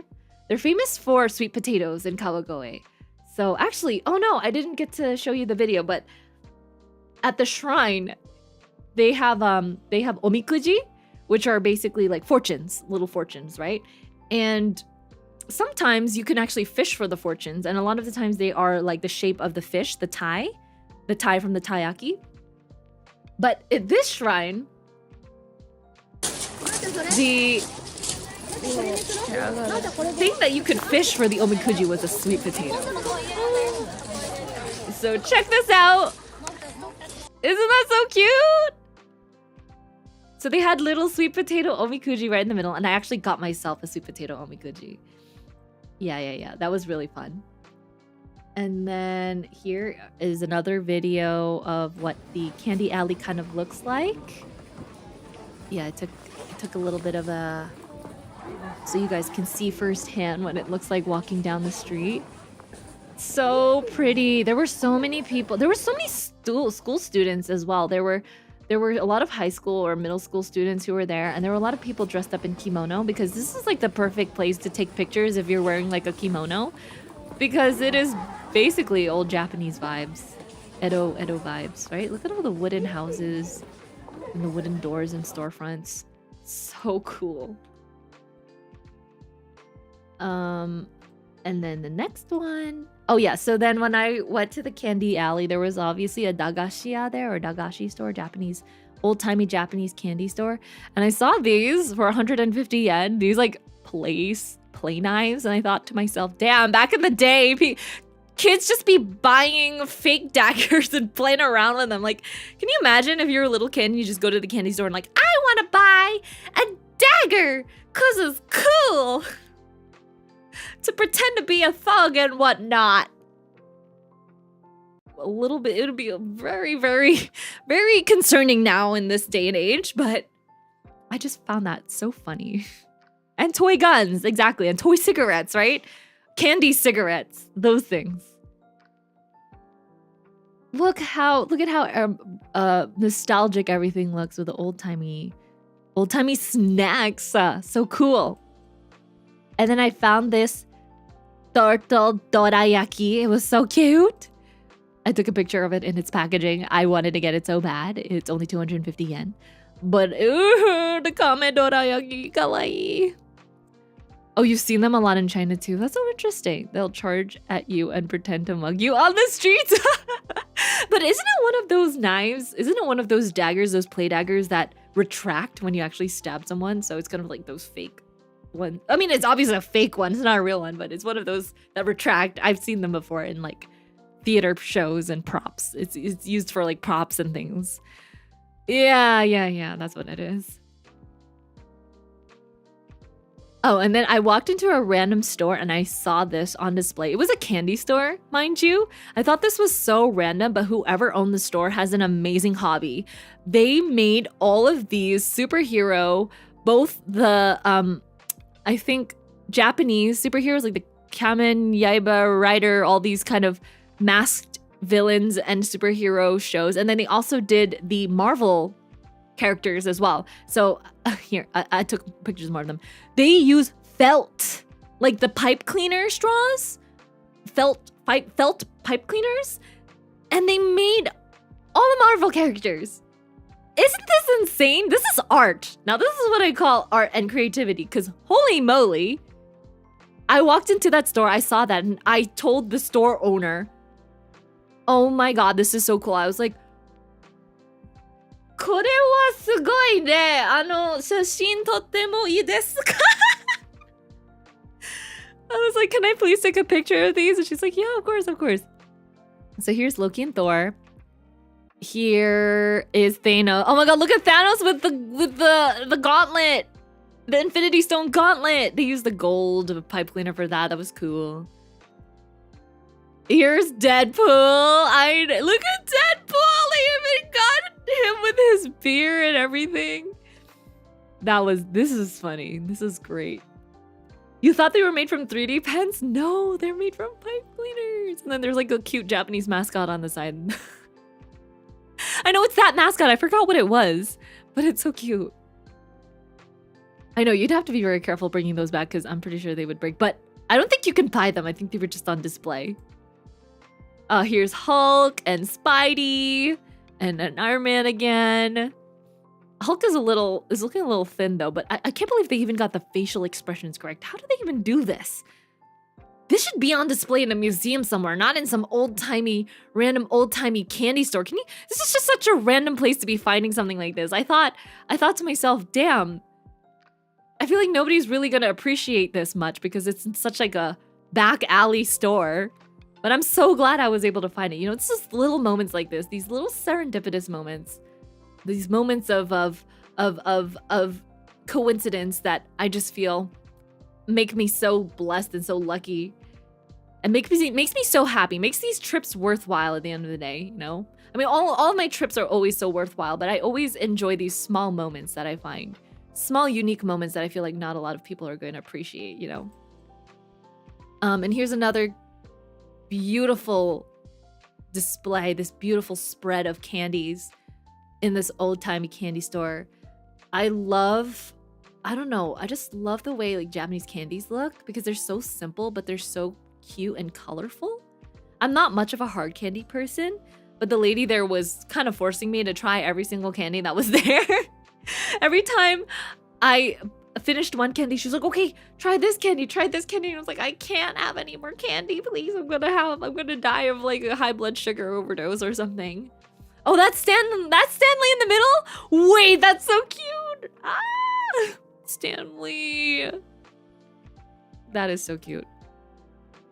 But look at how cute and colorful these candies are. I didn't get any of them, but I got sweet potato snacks for my family as souvenirs. Yeah. Oh yeah, here are all the other sweet potato snacks. There's so many of them. Oh, this is what they're famous for too. So they're famous for these giant sticks of puffed sweet potato snacks. It's almost like a rice puff, one giant rice puff, but it's so big. It's probably what, like 4 feet or something like that. I definitely could not bring this back home because one, it would crush. But you could actually buy them in smaller pieces as well. But I saw a lot of high school students buying them to bring home. Oh, yeah. Oh, you watched an anime about Dagashi? Oh, Dagashi Kashi is such a good anime and a good manga as well. I remember I watched that back in the day. It was really fun. The girl had a weird fetish for Dagashi. Also in Kawagoe, they have a Miffy store. And this Miffy store has a Miffy bakery. It's one of the only places that has a bakery. There are several Miffy stores throughout Japan, but the only places that have the Miffy bakery with these kind of Miffy snacks are in, I think, Kawagoe and in Kyoto and in one other place as well. So that's why my friend really wanted to go here, is because she really wanted to go to the Miffy cafe. I'm not like a huge fan of Miffy, but she kind of got me started with it after I saw these Miffy baked goods and the Miffy merch that she bought. I couldn't help but buy a couple myself. I actually bought this for my little sister because she really liked it. It was like, it's a Miffy bread bag, like a pouch, a shoulder bag. And then I got myself also a smaller version of it, but a coin pouch of Miffy, but Miffy bread. While we were in Kawagoe, we had unagi. They're actually famous for eel there too. So we had hitsumabushi. Hitsumabushi is one of my favorite Japanese dishes of all time. It is the one thing I always get when I'm back in Japan. Actually, I ate this twice while I was there.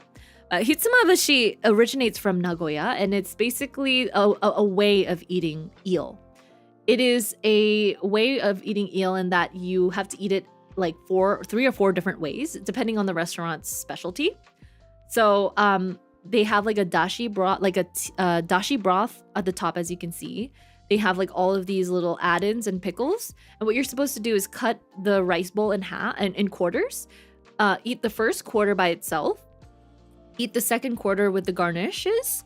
Eat the third quarter, as you can see here, there's a little bit of like a sauce, like this brown tan sauce on the side.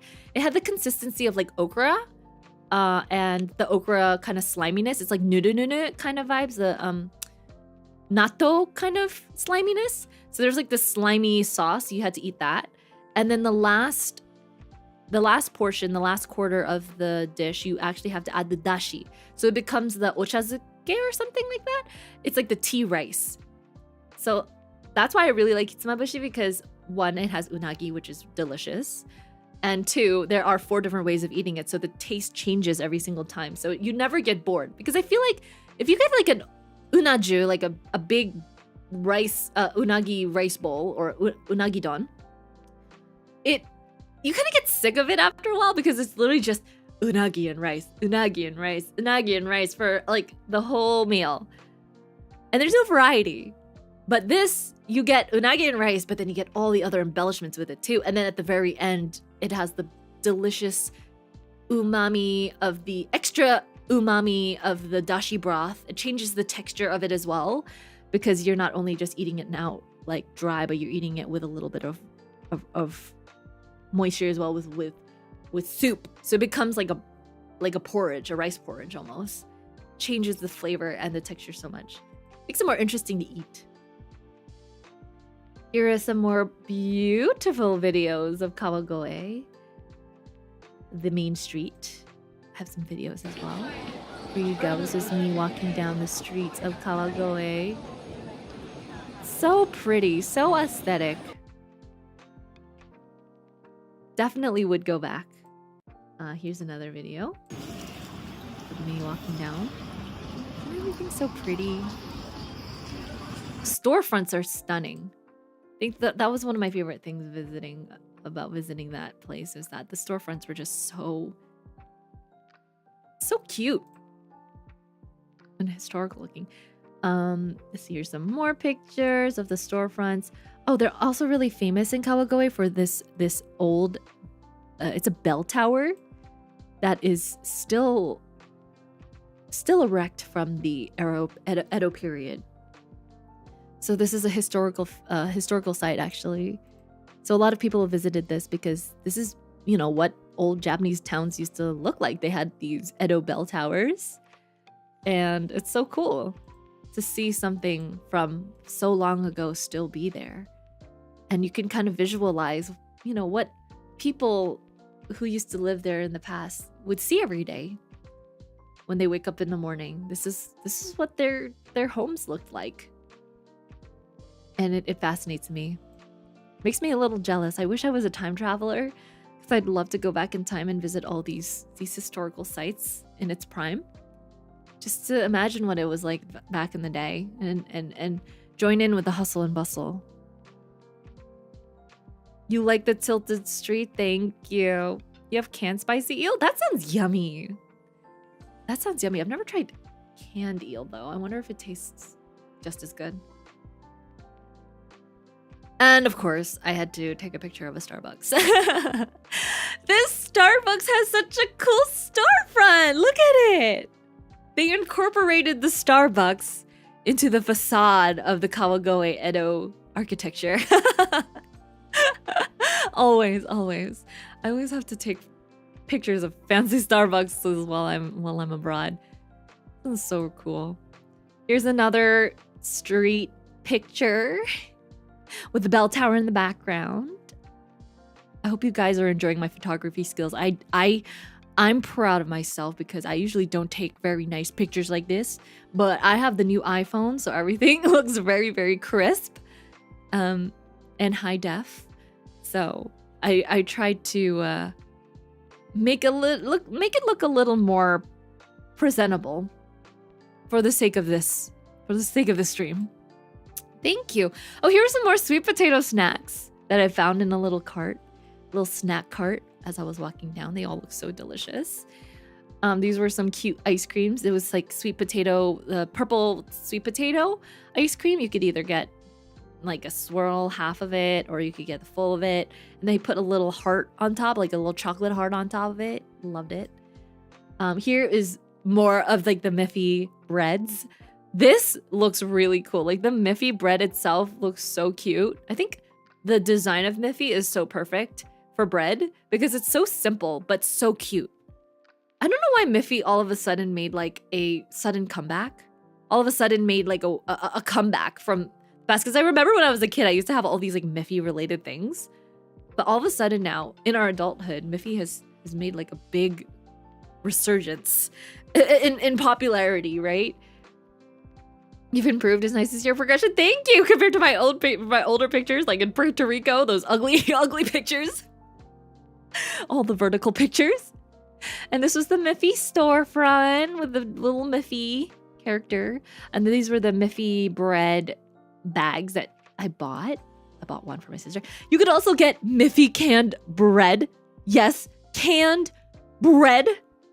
I should have bought this. It would have made a wonderful souvenir, but I did not have any space left in my luggage. I took pictures of all of them. There's like a chocolate one, there's like a regular one, and then there was this marbled one. Miffy Bakery. I don't know what's inside it though. Maybe caramel. In a can? I know. Oh, and then I came across this cute dog. He or she was so cute. It was wearing a kimono, and I had to stop. I stopped the owners. I was like, sumimasen. Inu-san wa sugoku kawaii desu yo. Sugoku kawaii. Sashi totemo ii desu ka? They were like, yes. Hi, daijoubu desu. I was like, and then I started snapping pictures of the dog, and they were like, eh. And then they said the name of the dog. They're like, yokatta ne. They're like, oh, that's so great. You're so popular. You know, talking to the dog. Look at you. Look. Oh, look at you. Such a perfect haircut as well. Owners. And I love how he's also inside a stroller. I noticed that in Japan is that the owners would literally put their dogs inside strollers. I actually saw an old couple put one of their dogs inside a stroller while I was here in Kawagoe as well. It was like this old couple, and they had this very old, it looks like a Labrador kind of dog that was definitely overweight. It was a very pudgy dog inside a stroller. But the thing that made me crack up was the fact that they still had the leash on the dog, even though the dog was inside the stroller. So the grandma was pushing the stroller while the grandpa was holding the leash. And I thought that was so cute. The dog wasn't even walking, but they still had a leash on him. And I don't think the dog could have walked because it looked very overweight. Like a seatbelt, yeah. Yeah. No, the dog was so fat. I kid you not, the dog was massive. And I'm pretty sure the dog would have trouble walking even just a few inches. That's why it was in a wheelchair. And also their owners looked like they were also having trouble walking as well. They were very senior. I found these cute owl cups as well. And these owl cups, so many owls everywhere. And this beautiful storefront. More little owls. And I found these funny shoes. With the little toe socks. The toe slits. So funny. And then I saw these cute stuffed animals outside a store. Oh, and then I saw this restaurant that had these Studio Ghibli themed desserts, but I wasn't able to go in. I didn't have enough time. But they have this like Kiki, I don't know the name of the cat, but Kiki's Delivery Service cat, jiggly puddings there. They also had this calcifer. This is like a meringue dessert that actually lights on fire too. I thought it was really cute. I just had to snap some pics of it. And then in the souvenir store, they had the bell tower button cookies. I thought they were really cute.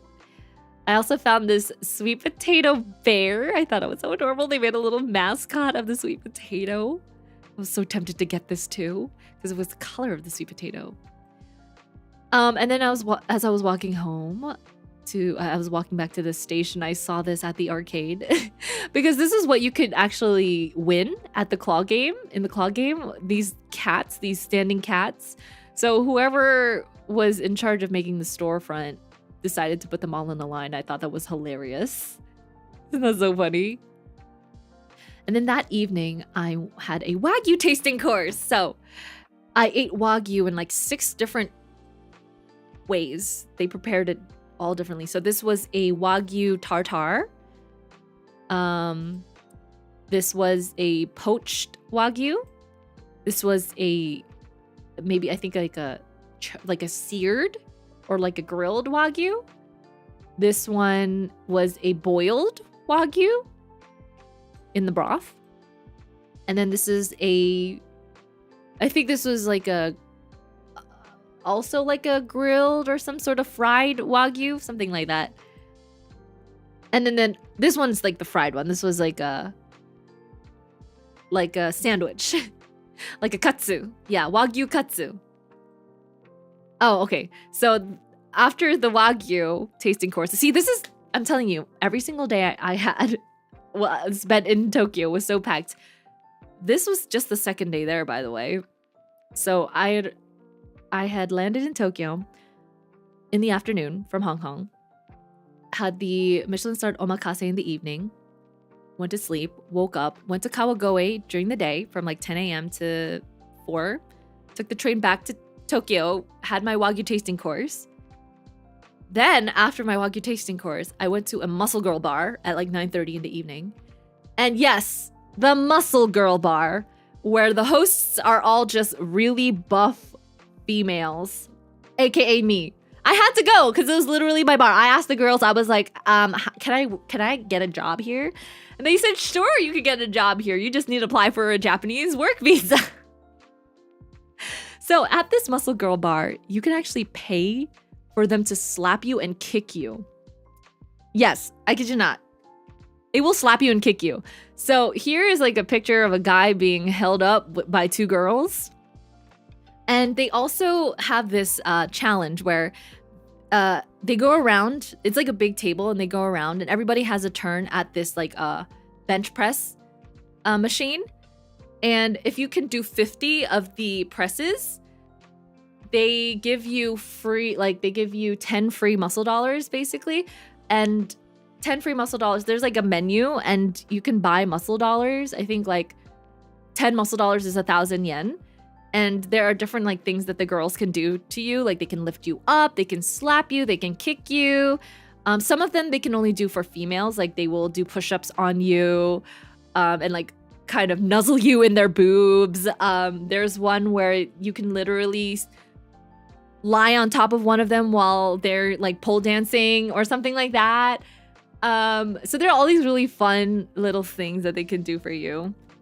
And I did the 50 press challenge and I completed it. It was actually kind of easy, to be fair. The weight was very light for females. For males, it was a lot harder because they put like a much heavier weight on the machine. But for females, they really like made it light. And I'm like, I go to the gym, so it was kind of easy for me. So I kind of breezed through the 50 presses really easily. So I got my 10 free muscle dollars.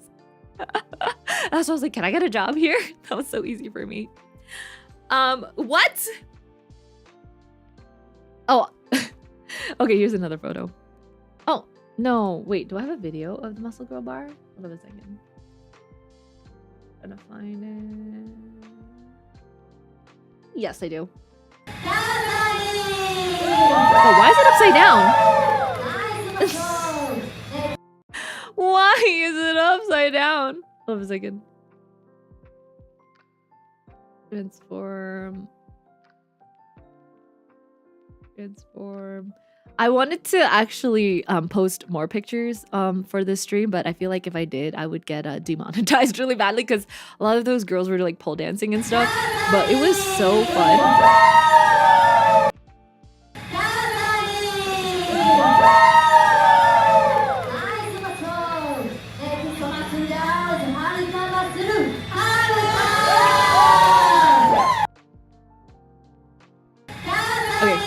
Yeah. So it's like this. They were very strong. Like, look at these girls. They're so buff. Yeah. Muscle girl bar. Yeah. Yeah, there was like, I think 2 or 3 guys actually paid for the all around slap. The slap service. So it was so funny just sitting there and watching these dudes getting slapped by all these girls. And some of them looked like they were in a lot of pain, but you know, no regrets, right? They're kind of into it, I can feel. It's kind of their thing. Where is this again? It's in Ikebukuro. If you type in Muscle Girl Bar, it is actually pretty famous, actually. It's a lot of foreigners go to it. So when we went there, everybody who was at this bar was pretty much a foreigner. I think there was only like 1 or 2 locals that went. Yeah, this was one of the highlights of my experience, honestly. Yeah, I went to the Muscle Girl Bar. Did so many things. Okay, so we went to the Muscle Girl Bar and then I knocked out and I was really tired. Next day, what did I do the next day? Oh yeah, I did some, what was the next day? So, hold on a second. Friday, what did I do on Friday? Went somewhere. Anyways, I went to Ginza and I went to the anime perfume store and I saw Sugachara on display. And I thought that was so cute because this is such a throwback to my childhood. And I really wanted to get the Uta one. But I'm very sensitive to scents and smells and personally did not like any of the scents that they had. And I was really sad because some of my favorite anime characters were there. And when I smelled their scents, I was like, ugh. Nope, not for me. I'm sorry. They were very like floral. I don't really like those. It was too sweet for me. And I was sad because last time I went to this perfume store in Ginza, they were about to release the Apothecary Diaries one. So they had a Mau Mau and a Jinshi one. And I didn't get to smell those. So I went back to the store so that I could smell the Mau Mau and Jinshi ones because they've been released now. I smelled the Mau Mau one and holy moly, guys. Mau Mau's scent, Mau Mau's perfume is so medicinal. It literally smells like a drugstore, like a Chinese herbal drugstore perfume. I don't know if I liked it or not, but the first thing I smelled was like, it was like hints of Chinese herbs and chlorine.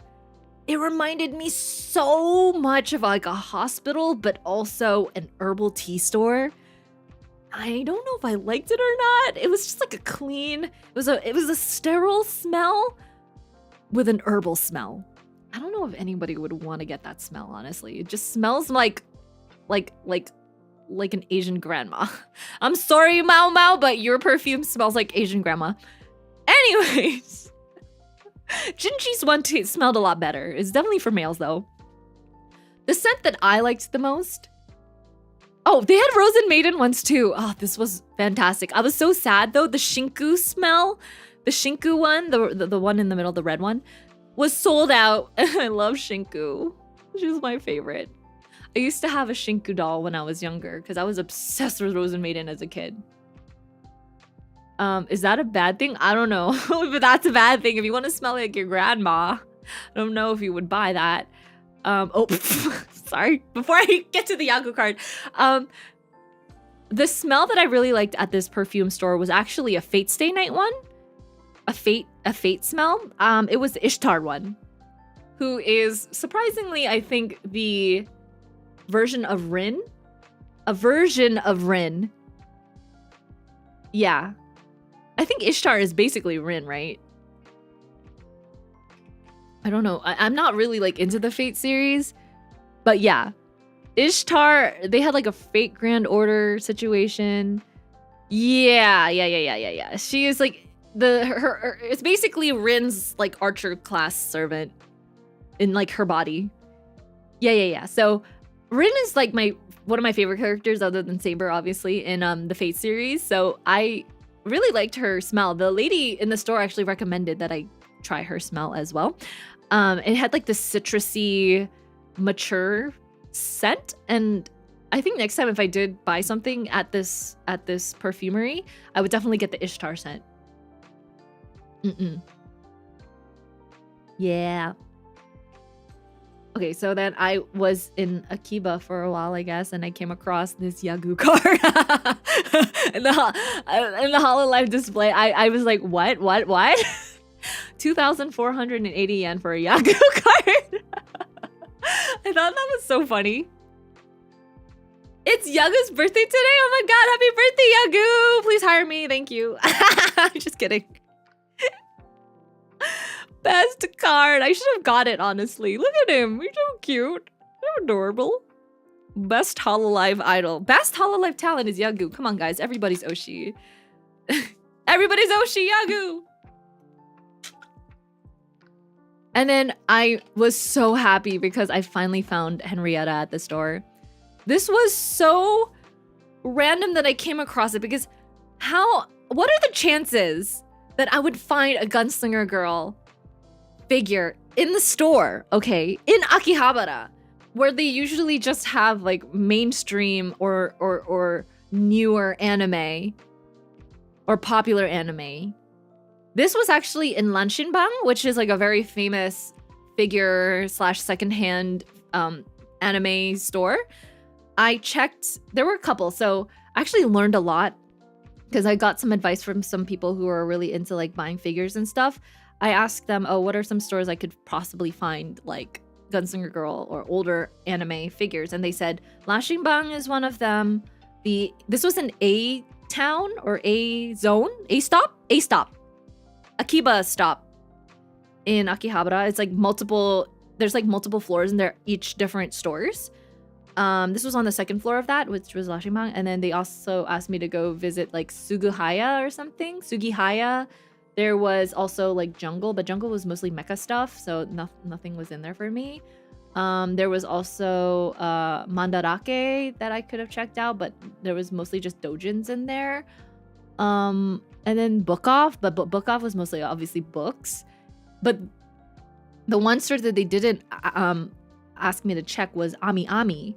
And I know of Ami because they have like a big online store that I always come across. And when I was searching for Gunslinger Girl figures online, it immediately popped up with like Ami as the first result.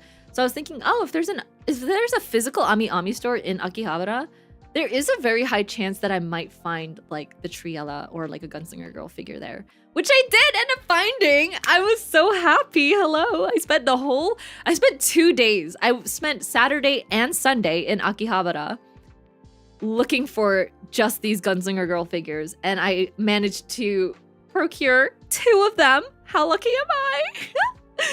I know. You've ordered from Ami before, right? They're not bad because they're secondhand and they're relatively cheap. Actually, to be fair, I could have ordered the Triella figure on Ami. It would have been much cheaper, but I think, actually, no. It would have been about the same with shipping and everything. Shipping and taxes and everything like that. Yeah. Because when you check out at these stores, you can get them tax-free. Yeah, you haven't thought about Gunslinger Girl in a while, I know, right? Ah, so good, so good. Anywho, that evening, after I had bought my Henrietta figure, there was a local festival happening near Asakusa Temple. It was not at the Sensoji Temple, but it was in like a local shrine nearby. And apparently it is like a New Year's preparation festival. They had all these beautiful lanterns up. It was so crowded though. And they had these beautiful bouquets that were for sale. Obviously, the bigger they are, the more expensive. But I think there is a thing where it's like if you buy a bigger bouquet, you have more luck. And there were some businesses that were buying it.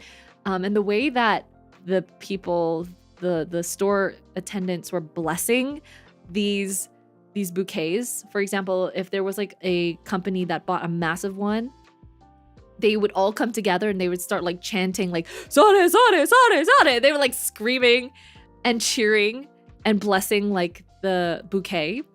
And they were all like some sort of rake. They were on like a stick that was reminiscent of like a rake, and there were all these like little lucky figures on them. Each store had like a different design, and some of them were really, really cool. Some of them had a lot of owls on them, and I thought it was so cute. You could even buy small ones for like 500 yen, and there were some little kids that were holding them as well. But the temple area was so pretty because of these beautiful Japanese lanterns that were just plastered all over and illuminated it. Felt like I was in a summer festival or something. Yeah. And this was like one of the praying areas. And this is also where I found a bunch of little owls. Look at all the little owls. And then there was this guy. I like the material print. And I took some pictures of the reddish autumn leaves that were starting to shed, not shed, but like they were starting to change colors in Tokyo. So I was really happy I was able to catch the autumn leaves. Oh my god, yes. Okay, so that was my Friday. Wednesday night was the omakase. Let's do this timeline again. Wednesday night, I arrived in Tokyo, did the omakase. Thursday, I did Kawagoe Wagyu tasting and Muscle Girl Bar. Friday, what was I doing? Oh yeah, I did a color analysis, by the way. I did like a style and color analysis where I basically went to a salon and they did like my 16 color typing or something to see which colors match me the best and stuff like that. They also did like a style analysis and a face analysis, which color makeup looks best on my face, which accessories, what clothing, and that was for 3 hours. So on Friday morning, I did that until the afternoon, and then I was in Ginza for a bit. I did some shopping in Uniqlo, and then I went to Akihabara for a little bit. Because I was gonna do karaoke. Oh, I went to Akihabara a little bit because I was meeting a friend for dinner. We went to an izakaya, and then we went to this festival for just a few minutes, and then after that we went to karaoke from like 10 p.m. to almost midnight. But the problem was I had an early morning hike the next day. I actually went to Kawaguchiko. On Saturday, I had to wake up at 5 a.m.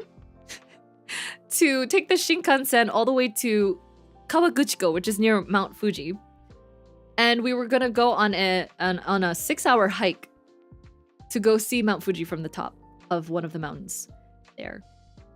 So I had like 3 hours of sleep before this hike. It was a whole day ordeal because the trip itself takes like 2.5 hours to get to this place.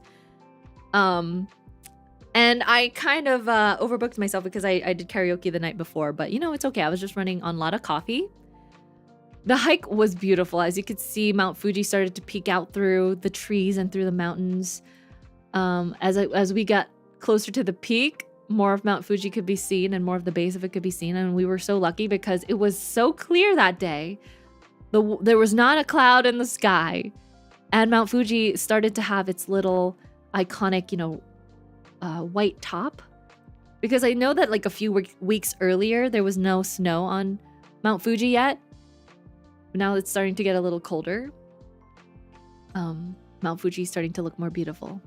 So this was the view at the top of the mountain, as you can see. Perfect view of Mount Fuji from there. Yeah, stunning, absolutely stunning. I just took some pictures of some trees. There was like this beautiful waterfall. They called it Shirataki Falls because the water itself looked like shirataki, which I agreed. Oh, here's a video of the view from the top. Yeah, stunning, am I right?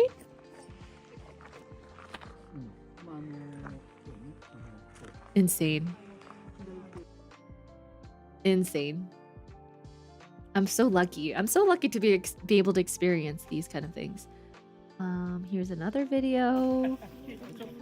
Oh yeah, I took a cinematic one for this one. This was at the top. And then, you know, at the top there was like a rest station, so we ate our lunch up there. You could buy cup noodles, some warm drinks. It was really cold. It was like -degrees at the top. It's a pretty tall mountain. And then this was the waterfall. Oops, sideways waterfall, but it was really pretty. There was like a little torii gate in front of it. And then next up we went to this famous place where it has these torii gates that are right at the center of Mount Fuji, and this is like the perfect place to go take pictures.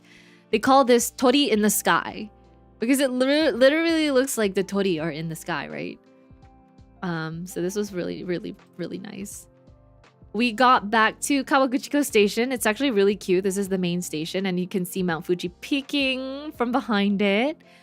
And then as the sun was setting, the lights started to turn on, and Mount Fuji looked even more glamorous. I got myself this Mount Fuji karepan, which actually had blue curry in it, by the way. And then my friend got the red Mount Fuji karepan, which is a little spicy. Also had red colored curry in it. And then I got myself a Fujisan shake, which is basically a blue white chocolate shake with a little Mount Fuji chocolate on top. So that was my hike to Kawaguchiko. Okay, and here's the story of how I ended up falling asleep on the floor of a Shinkansen. So this happened on this day, on this Saturday. So Kawaguchiko is very popular at this time of year because obviously the weather is perfect and then the fall leaves are starting to, bud. But everything is booked up really fast. So all of the buses back to the city were fully booked. All of the reserved Shinkansen tickets were fully booked as well. And I wanted to stay a little longer because I wanted to look around more. So I decided to take the last Shinkansen train back to Tokyo. But the only tickets that you could get were standing tickets. And how it works is that if you buy a standing ticket in a Shinkansen, you have to stand in the in-between cars where the bathrooms are, basically.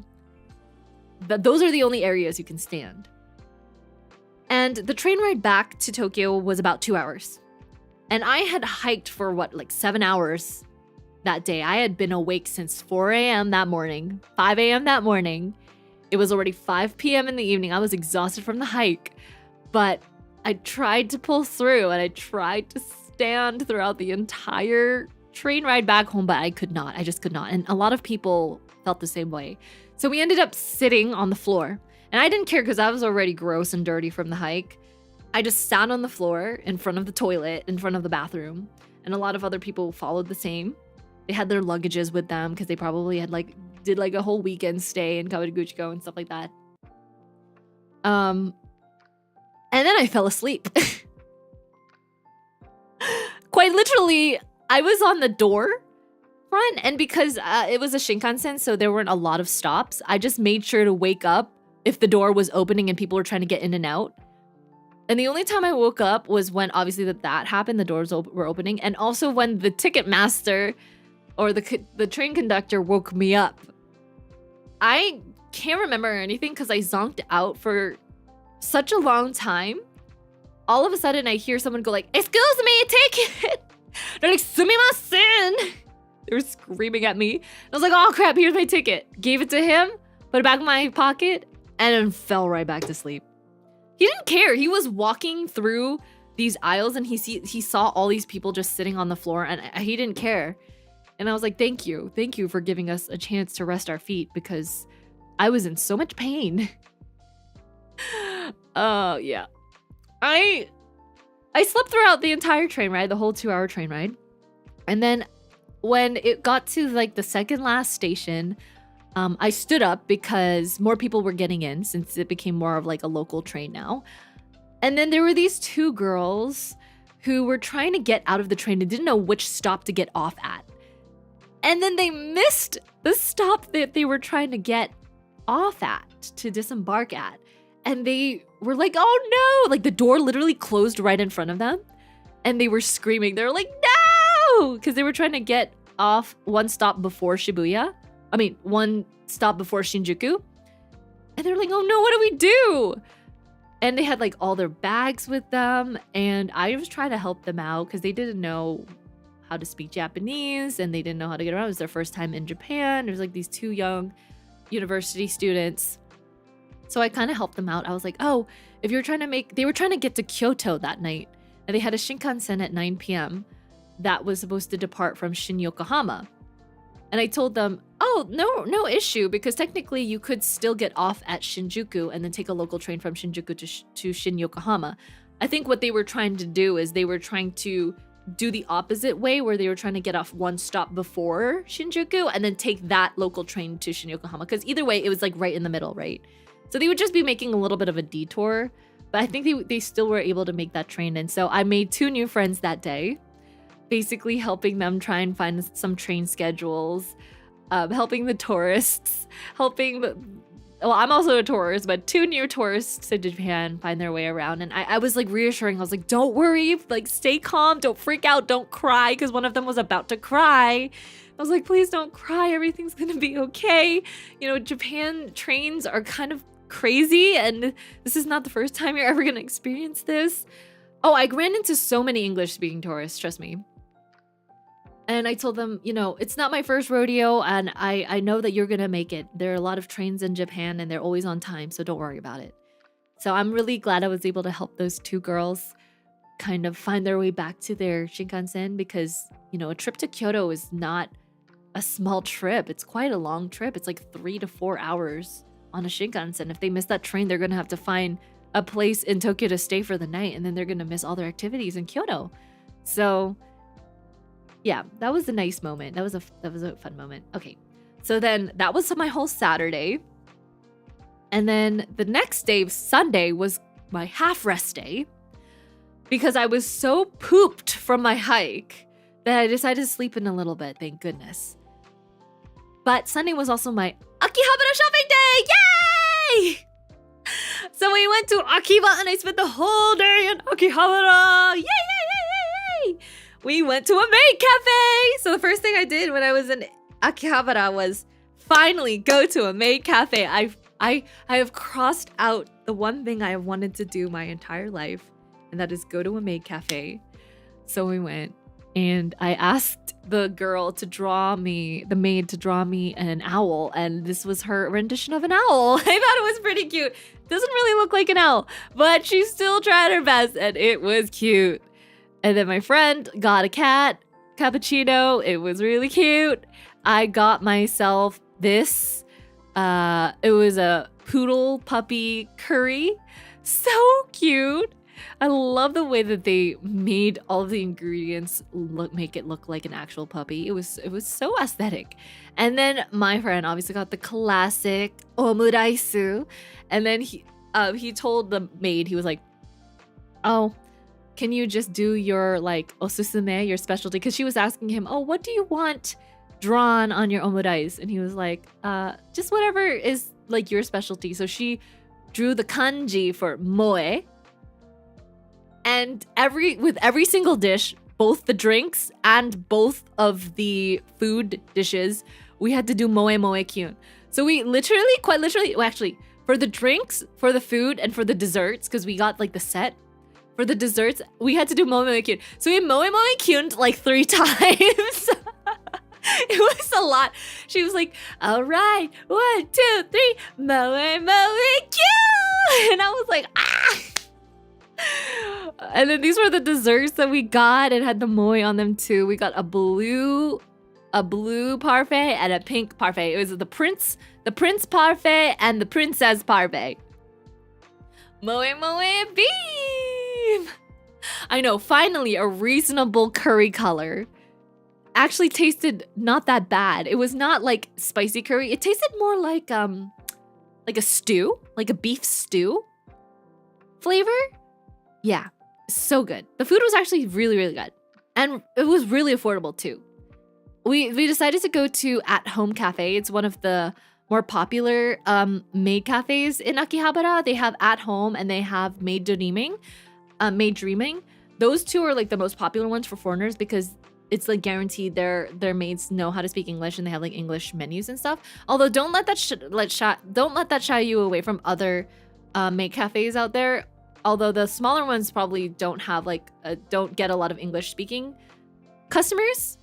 Yeah, but I feel like it'd be more fun if the maids didn't know how to speak English and you were just kind of like trying your best to converse with them.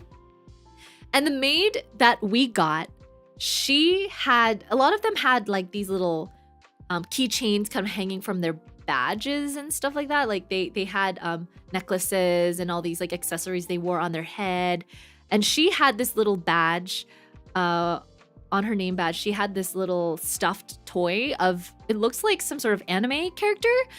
For me, it looks like a Niji-sanji VTuber. So I assumed it was some sort of like streamer or VTuber. So I asked her, I was like, "Oh, who is that on your chest? Like what kind of stuffed toy is this?" And she's like, "Oh," in her like broken English, she's like, "It's Storima." And I'm like, "Oh, VTuber desu ka?" And she's like, "Oh, hi." And I was like, "Niji-sanji?" Because obviously it wasn't a Hololive one. So if she was into VTubers, I'm assuming it was Niji-sanji. So she's like, "Ah, hi, how do you know?" And I was like, "Well, I like Niji-sanji and Hololive too." She's like, she was like, "Who's your favorite Niji-sanji?" And I told her Sequoia, because Sequoia is a nurse and I'm a nurse. So I tried in my like very broken Japanese. I was like, "Sequoia desu. Sequoia wa, 看護師だから、私も看護師です。私も看護師。And then she's like, "Ah!" And I was like, だから、Sequoiaが大好き。She's like, すごい。And then she's like, "Who's your favorite Hololive?" And I said, "Who?" And I said, "Seisei." She's like, "Seisei." She was like, "Watashi karaoke ga daisuki." Yeah, she really liked Callie, and she said she really likes Callie's raps and songs. So I thought, yeah, I love Callie too. So we really bonded over that. Yeah, my maid was a VTuber enjoyer. Isn't that so cool? Yeah! Such a fun time. And then when I was walking around Akiba, I saw this ramen place that had botan on it. I was like, botan? An ramen place? Nice. There was a long line. There were so many Hololive fans in Akihabara. It was crazy. I also went to Tokyo Station and they have like the Hololive Tokyo Station pop up there. I was so tempted to get something from there, but I already had just too much stuff in my luggage. I couldn't buy anything. I really did not buy much this trip. You guys are gonna be so proud of me. When I show you my merch, you guys are gonna be like, that's it? That's it? Athy only bought that much stuff? Oh my goodness. I know, we gotta make it our pilgrimage, right?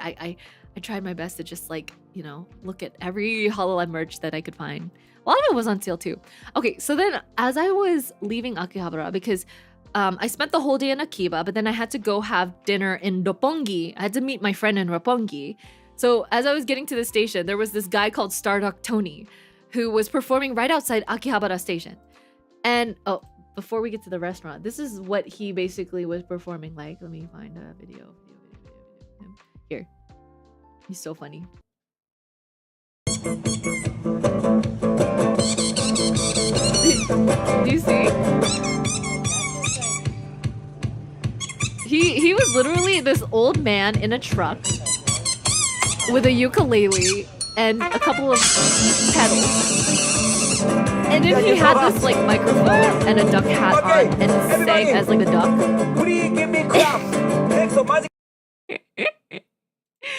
And his dream is actually to get to Times Square in his performing car. He actually has a t-shirt that he sells that says, "My dream is to perform in Times Square with my performing car." And I wanted to support his dreams because he was so hilarious and so entertaining. And I loved how the design of his logo is literally like Starbucks, but Starduck Tony.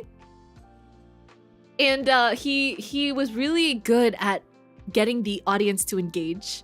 He sang Bon Jovi. He sang "It's My," what is it?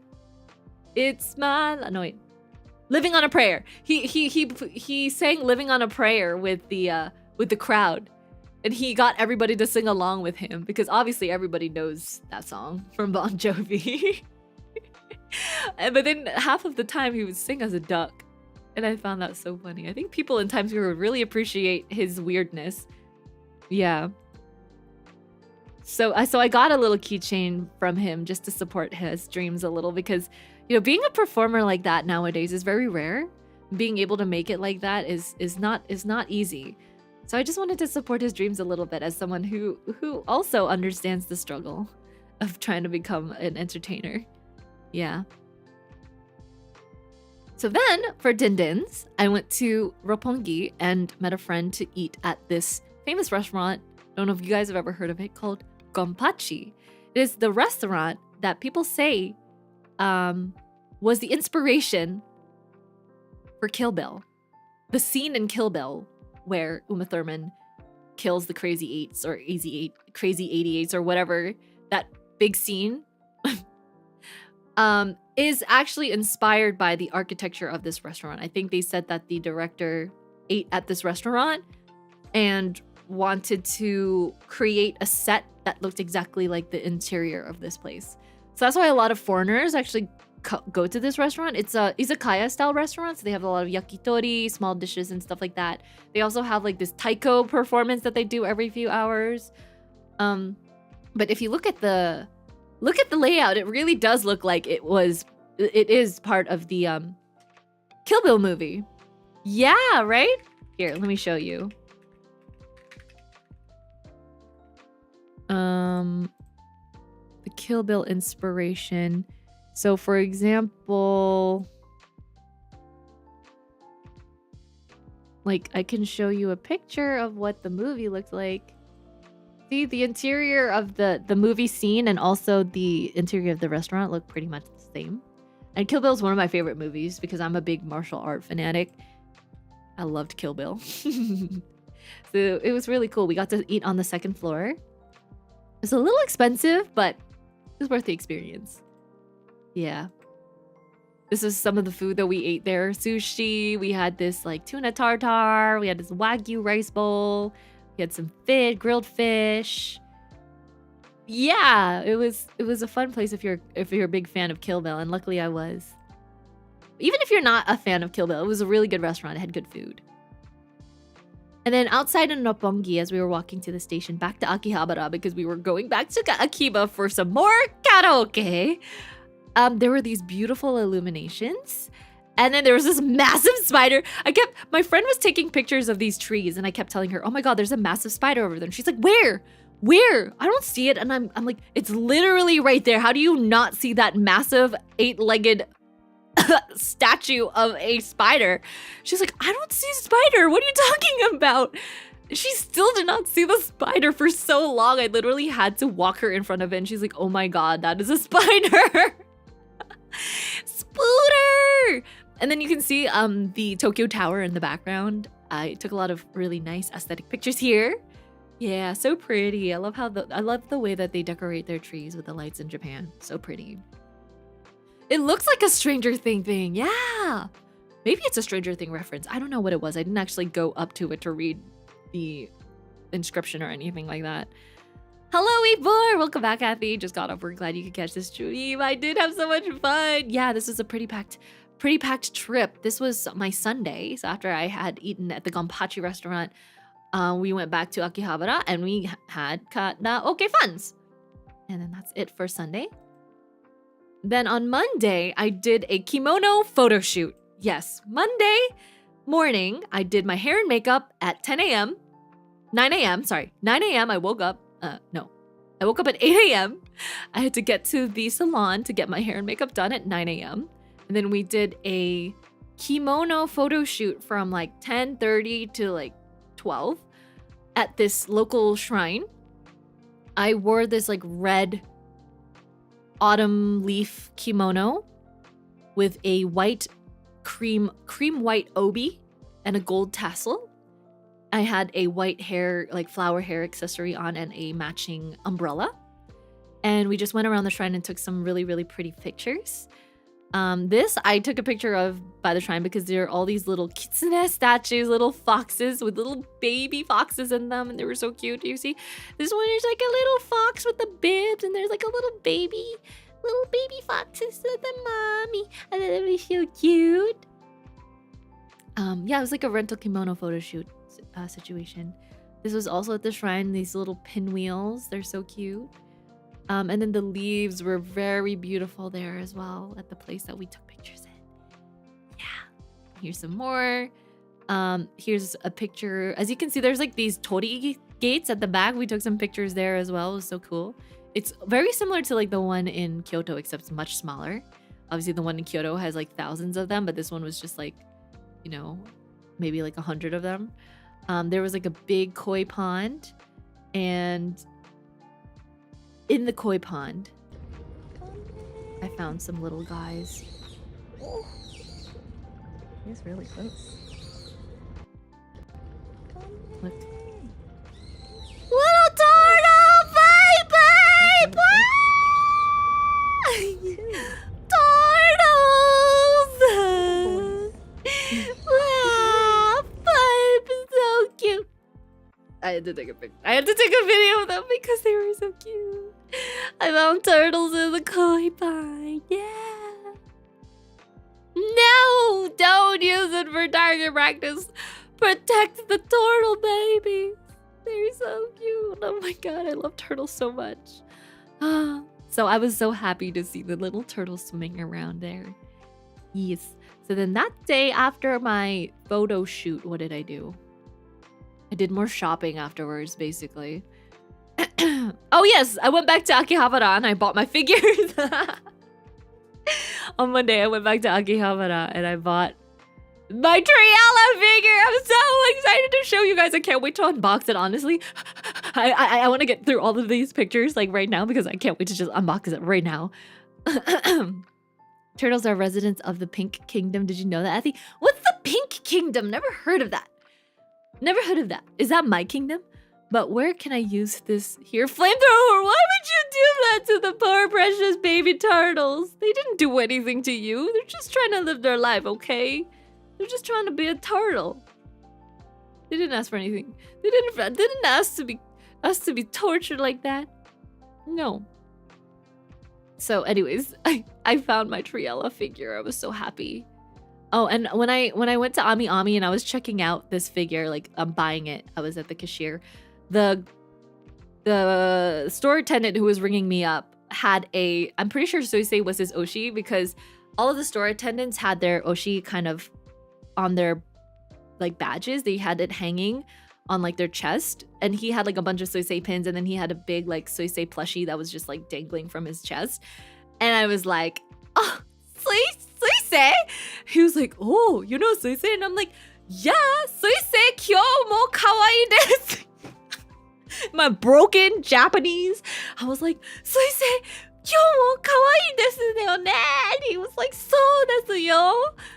Sui-chan kyo mo kawaii. We bonded at that moment. I looked him in the eye. I was like, yes, yes.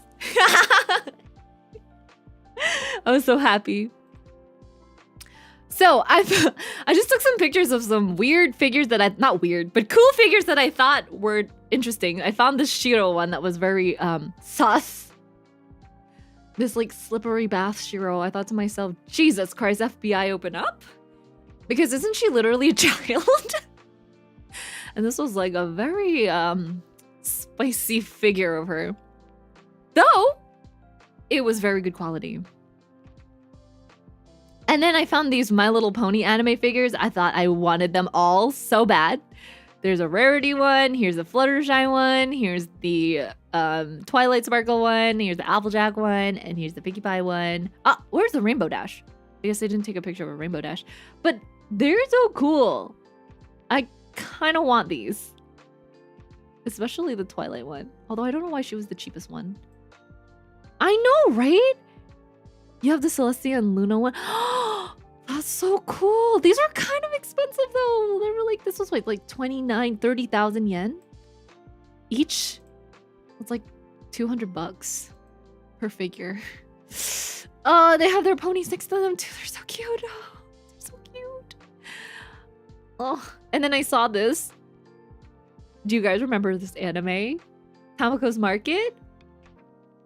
I have not seen like a figure of Uncle, like the little sister, ever. And I look at the price. This is pretty hefty. I think this is a pretty rare figure as well. 30,000 yen for a tiny little figure of Uncle. But I really wanted it because that anime is such a good anime. And she's so cute. And the bird is so cute. And then I saw this for all of you Kino Beyond the Journeys. Beyond the first something journey, I don't even know. But this is a Kino figure of actual Kino on her motorbike. I wanted it so bad, but look at the price tag! Ah, 51,000 yen. Oh. It looks so good. And it was in a little suitcase too, literally. The figure itself is inside a suitcase. Like her suitcase. I was crying a little bit. I kill for a Kino figure. Me too. This is why I need to save up more money for next time so I can actually afford these. Yeah. I know the misery. And then this, oh god, this is the one I wanted so badly for 66,000 yen.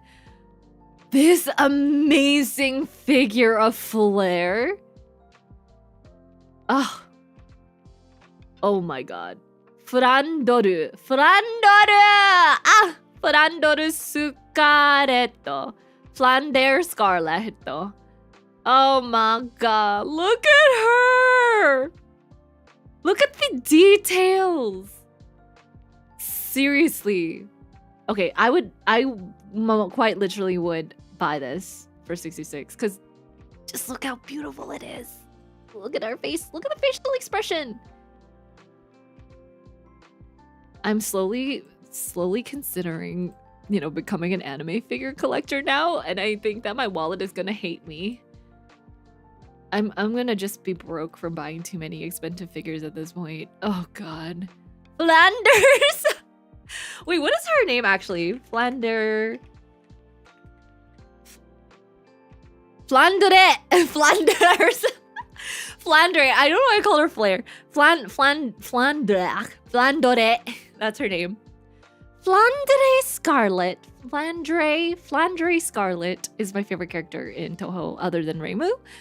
Her and yeah, Reimu and Flandre are both my favorite because their designs are my favorite as well. If they had a really nice Reimu figure there, I definitely would have bought it too. You need to do reviews of these figurines so you can get some money back in YouTube ad money. Yeah, you know, if I could just become like a figure reviewer and, you know, get that income from streaming figure reviews somehow, I would be so happy. I would be so happy. But then I also have no space in my house. Put it on the throne list. I don't know if this is even on sale online. I'll have to check Ami. Probably. They probably have a better price online, actually. Okay, so this is a Rowlet toy that my friend gifted me. I actually got a lot of stuff from friends. So this is a Rowlet one. It's so cute. It's a sleepy Rowlet, basically me on my beanbag. Very, very accurate representation of Athy'S sleeping on a beanbag. It's also a phone cleaner, like a phone screen cleaner, because the material on the beanbag is like a microfiber. Yeah. Did you see any Lycora? Oh my gosh, so many Lycoris Recoil. I think Lycoris Recoil was very popular, is very popular in Japan. And when I was in Tokyo back in February, there were pop-ups of it all over. When I was shopping in Skytree, there was like a whole section dedicated to just Lycorico. And I saw plenty of them in the store. Yeah. Although I have not... Okay, don't hate me. I have not watched it yet. I'm saving myself for a good moment because I know that it is a very good show. The only reason I haven't watched Lycorico yet is because I know it is a very good Girls with Gun anime. But the problem is, once I watch that, I would have run out of all the Girls with Guns anime that I want to watch. So I'm saving it for a time when more Girls with Guns anime come out so that I don't feel devoid of anything after I finish watching the anime. Do you ever have that feeling where you kind of save an anime you know is going to be really good and that you know you're going to really enjoy for the very, very, very last moment because you feel like you're going to be so empty after watching it? That's how I feel about Lycoris Recoil. That's how I feel. I'm rationing it at the moment. Hi, Jessica! Girl, just watch it. It's so good. Okay, fine. I'll watch it. I wanted to watch it with you guys. That's why. I saved it because I wanted to watch it with you. Okay, I wanted to spend those precious moments with my night out with my pill owls. Yeah, with my lovely pill owls and my clinic owls. I wanted to do a watch along, that's why. Save yourself a good little time you have for Lycorico marathon. The gunplay is chef's kiss and it's just one of those Iyashike anime that makes you happy. Iyashike anime that makes you happy. Yeah. I'd watch again, turn it on right now. Okay. Yeah, I only watched half of Yodacamp because I didn't want to see the end. Oh my gosh. Yeah. Those kind of shows, when you get so emotionally invested in them, it's just so hard to not cry at the end or feel depressed at the end. Yeah. Oh, I just learned about this term. Iyashike is Japanese for healing, a term used for anime and manga created with the specific purpose of having a healing or soothing effect on the audience. Oh, I guess that's kind of like Yuta Camp as well. There's a whole picture of the Iyashike animes out there. Really? Lycoris Recoil is Iyashike? I thought there was like a lot of action in it. Seemed a little dramatic in my honest opinion. But if it was healing for you, then hopefully I'll find a healing too. All right, moving on. We're almost done. Okay, so then this was on my last day, on Tuesday, before I flew back to home to the Owllands. I got myself some croc taiyaki. This is probably the only reason why I went to Tokyo this month, because I saw this on Instagram and I was like, I have to go to Tokyo to get this. When you buy the Crocs, they put it in a box for you, and I kid you not, the box is literally a Croc box. It has the whole label on the side and everything. When you open it up, you get these two perfectly looking Crocs. One of them had red bean, one of them had Nutella in it. It was actually really delicious. And this place also sold coin taiyaki. So you could actually get like 100 yen coin or like the Korean won taiyaki. Yeah, it was pretty cool. It was delicious too. And then for my last meal, or second to last meal in Japan, my last dinner in Japan, I got hitsumabushi again at the OG hitsumabushi place. I ended up getting like a full portion, like 1.5 portion of eel, and I feel like it was a little too much. My friend got like a 3/4 version of the eel, but I thought to myself, when am I ever gonna be able to eat hitsumabushi again? So I just splurged and I bought the bigger eel set. And by the end of the meal, I was bursting, guys. I was all eeled out by the end of it, but that was kind of the point. I really wanted to just eat as much eel as I could because I don't know when I'll be able to eat it again. And then at the mall where we ate dinner, there was like this cool Super Mario display, like Christmas display. I really thought it was cute. They had like a little pop-up store and everything. So here's the kind of what it looks like. Sorry, it's sideways, but it looks pretty cool. It had like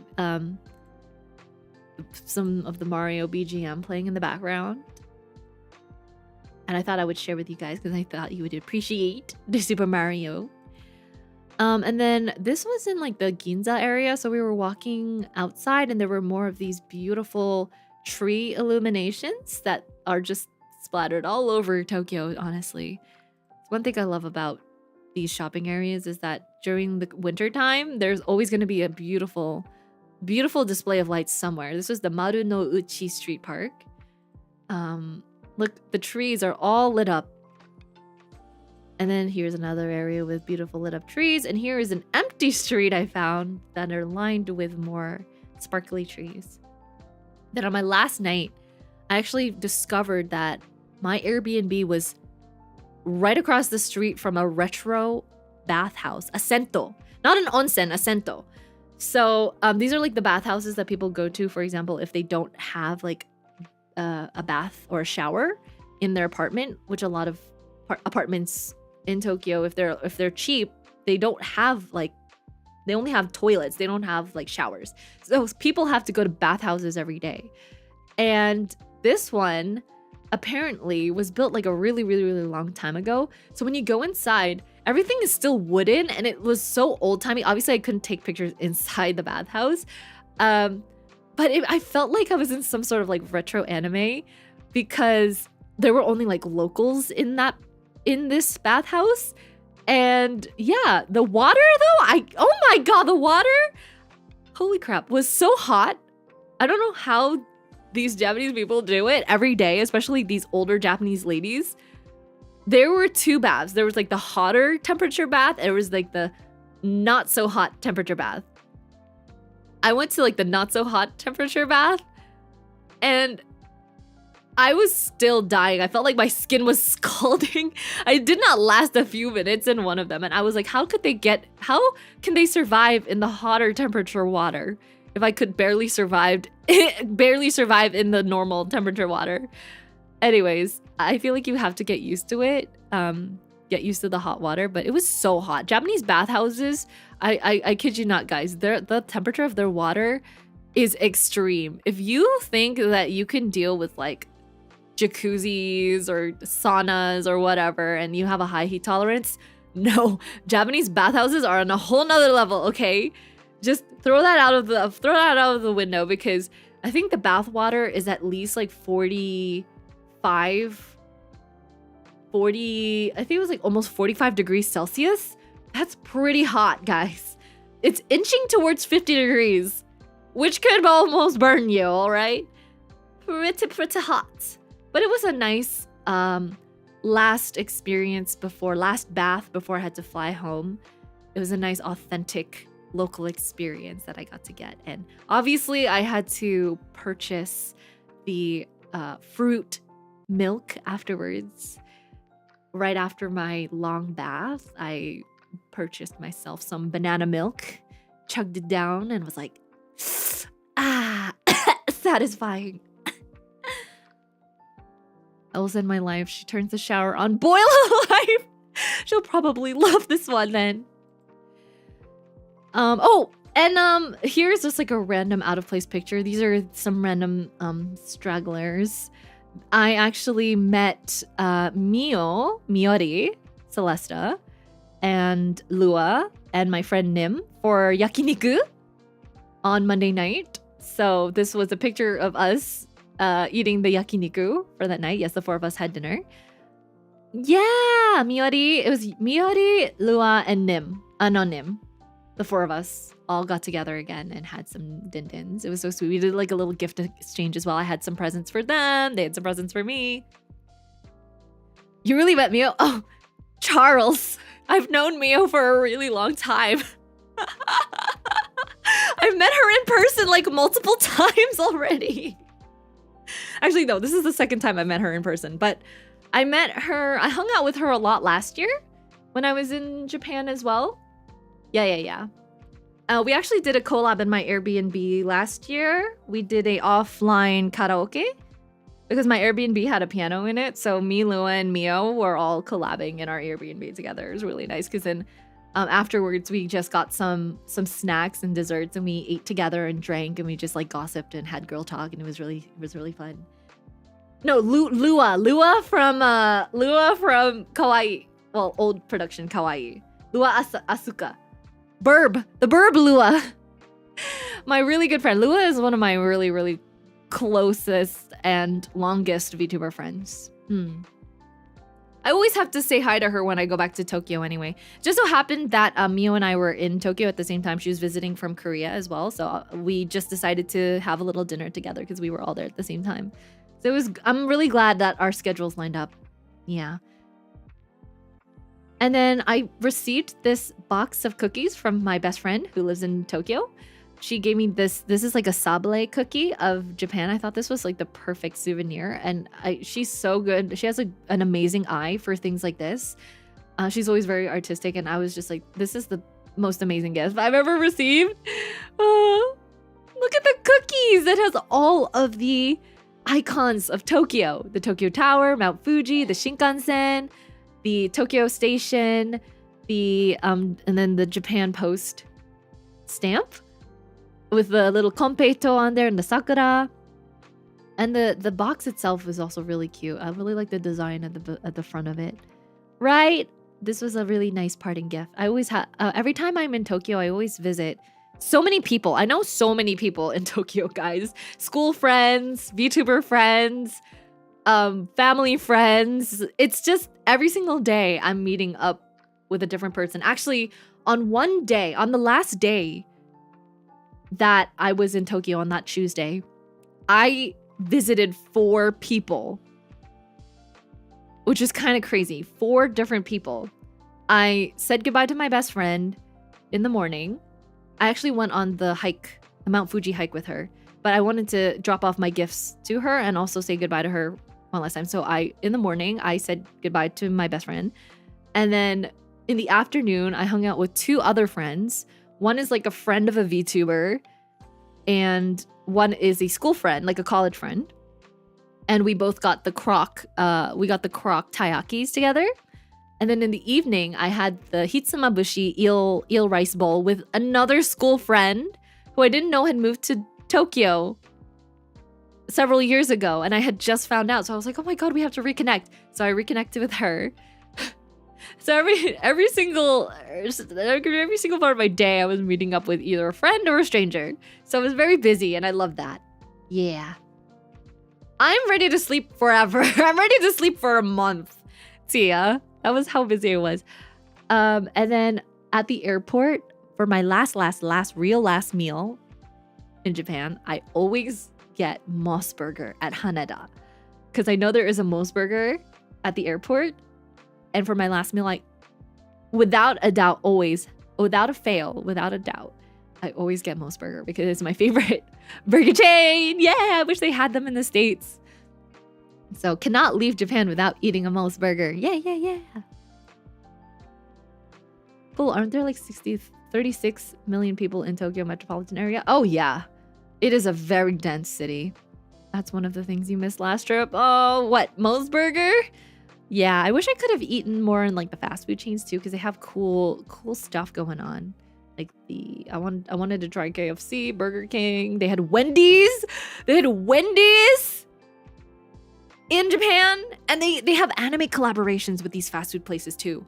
I think Wendy's was having a collaboration with some sort of like Idol Boy anime. I can't remember, but I know they would have like these collaborations with Detective Conan and stuff like that. And I think Hololive also had collaborations with some fast food chains as well.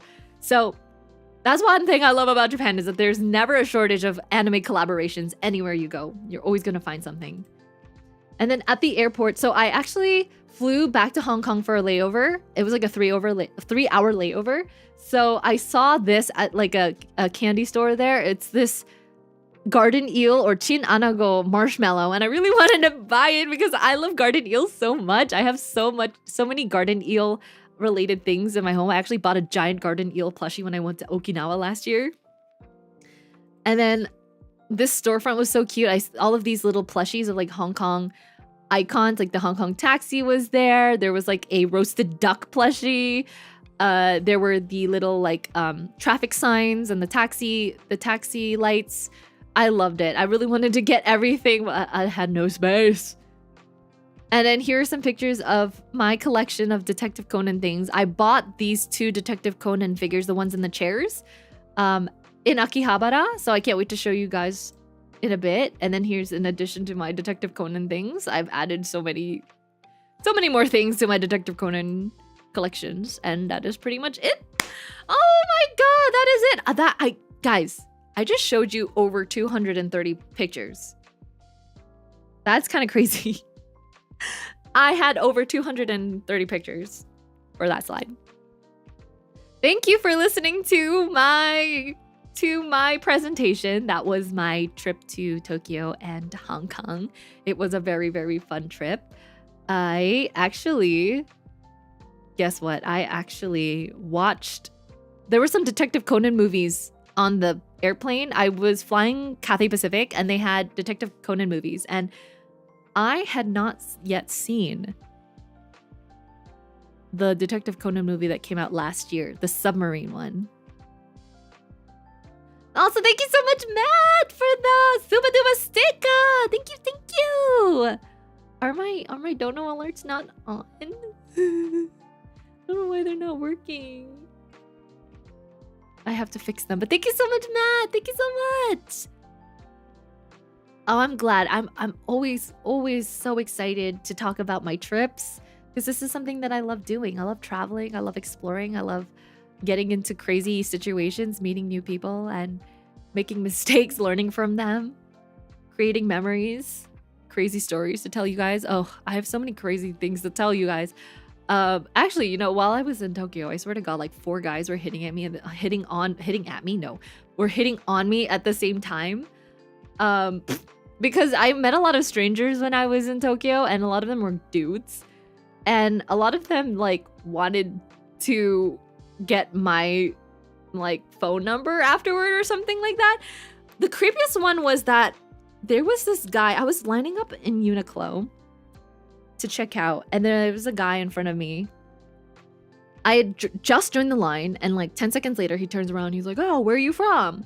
And I was like, "Oh, I'm from America." And he's like, "Oh, I'm from Canada."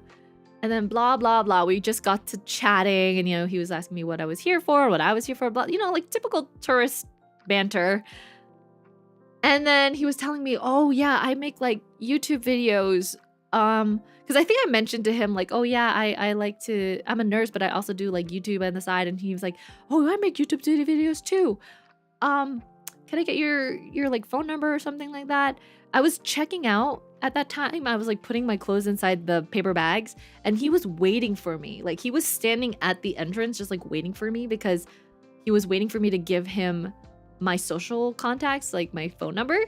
So I gave him my phone number, and then later that evening he texted me and he was like, "It was so nice meeting you.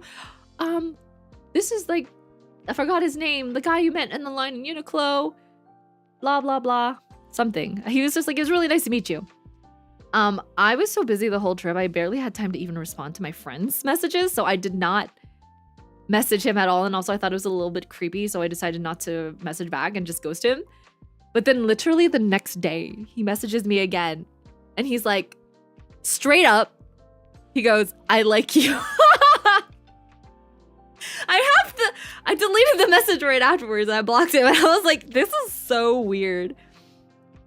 He just, like, he types one message. He's like, hi, this is the person that you met in line in Uniqlo. It's really nice to meet you.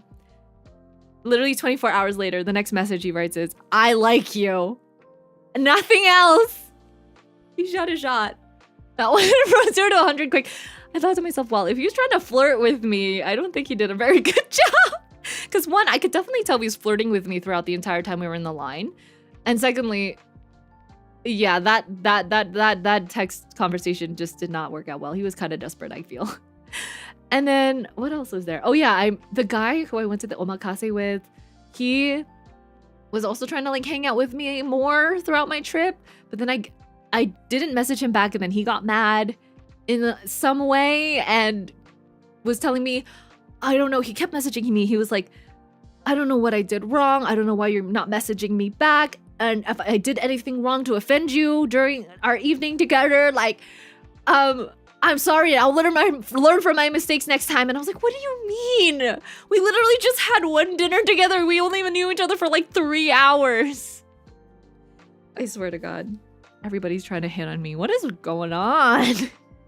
And that was not just that. There was like 2 other guys as well that I got their phone numbers, and they ended up just messaging me throughout my entire trip. And I just kept telling my friends, I feel like I should just stop giving my phone numbers out to people.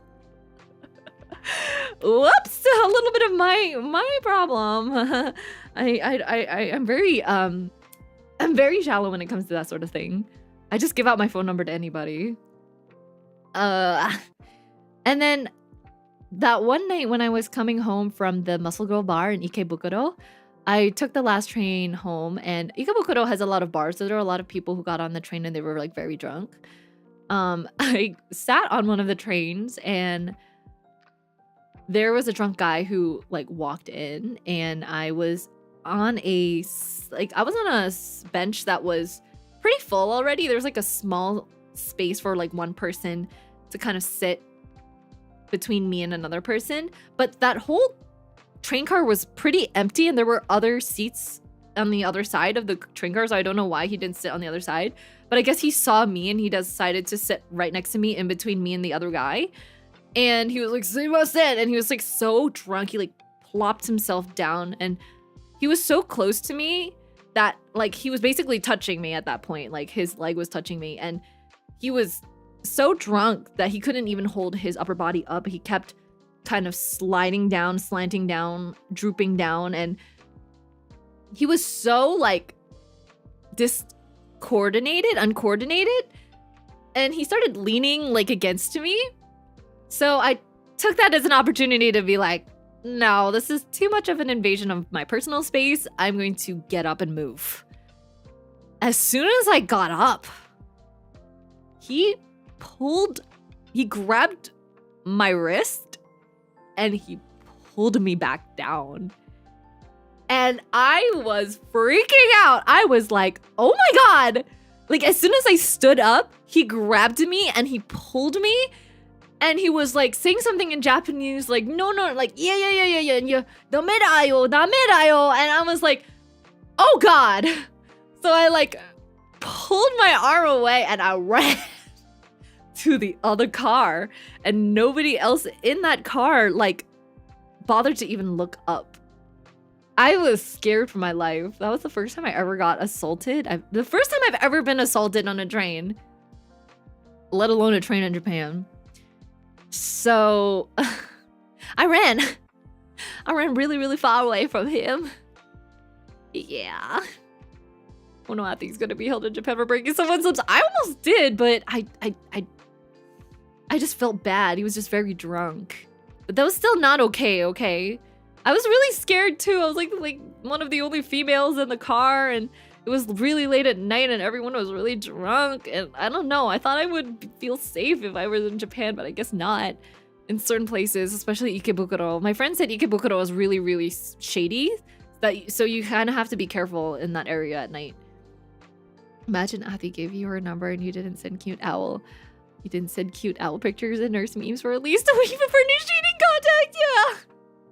Yeah. Guys, you have to flirt with me properly. I'm not just like anybody that you can hit up and, you know, will fall for you immediately. I am a complex female. I have emotions. I have a complex personality, and those pickup lines, those cheesy pickup lines aren't gonna do it for me.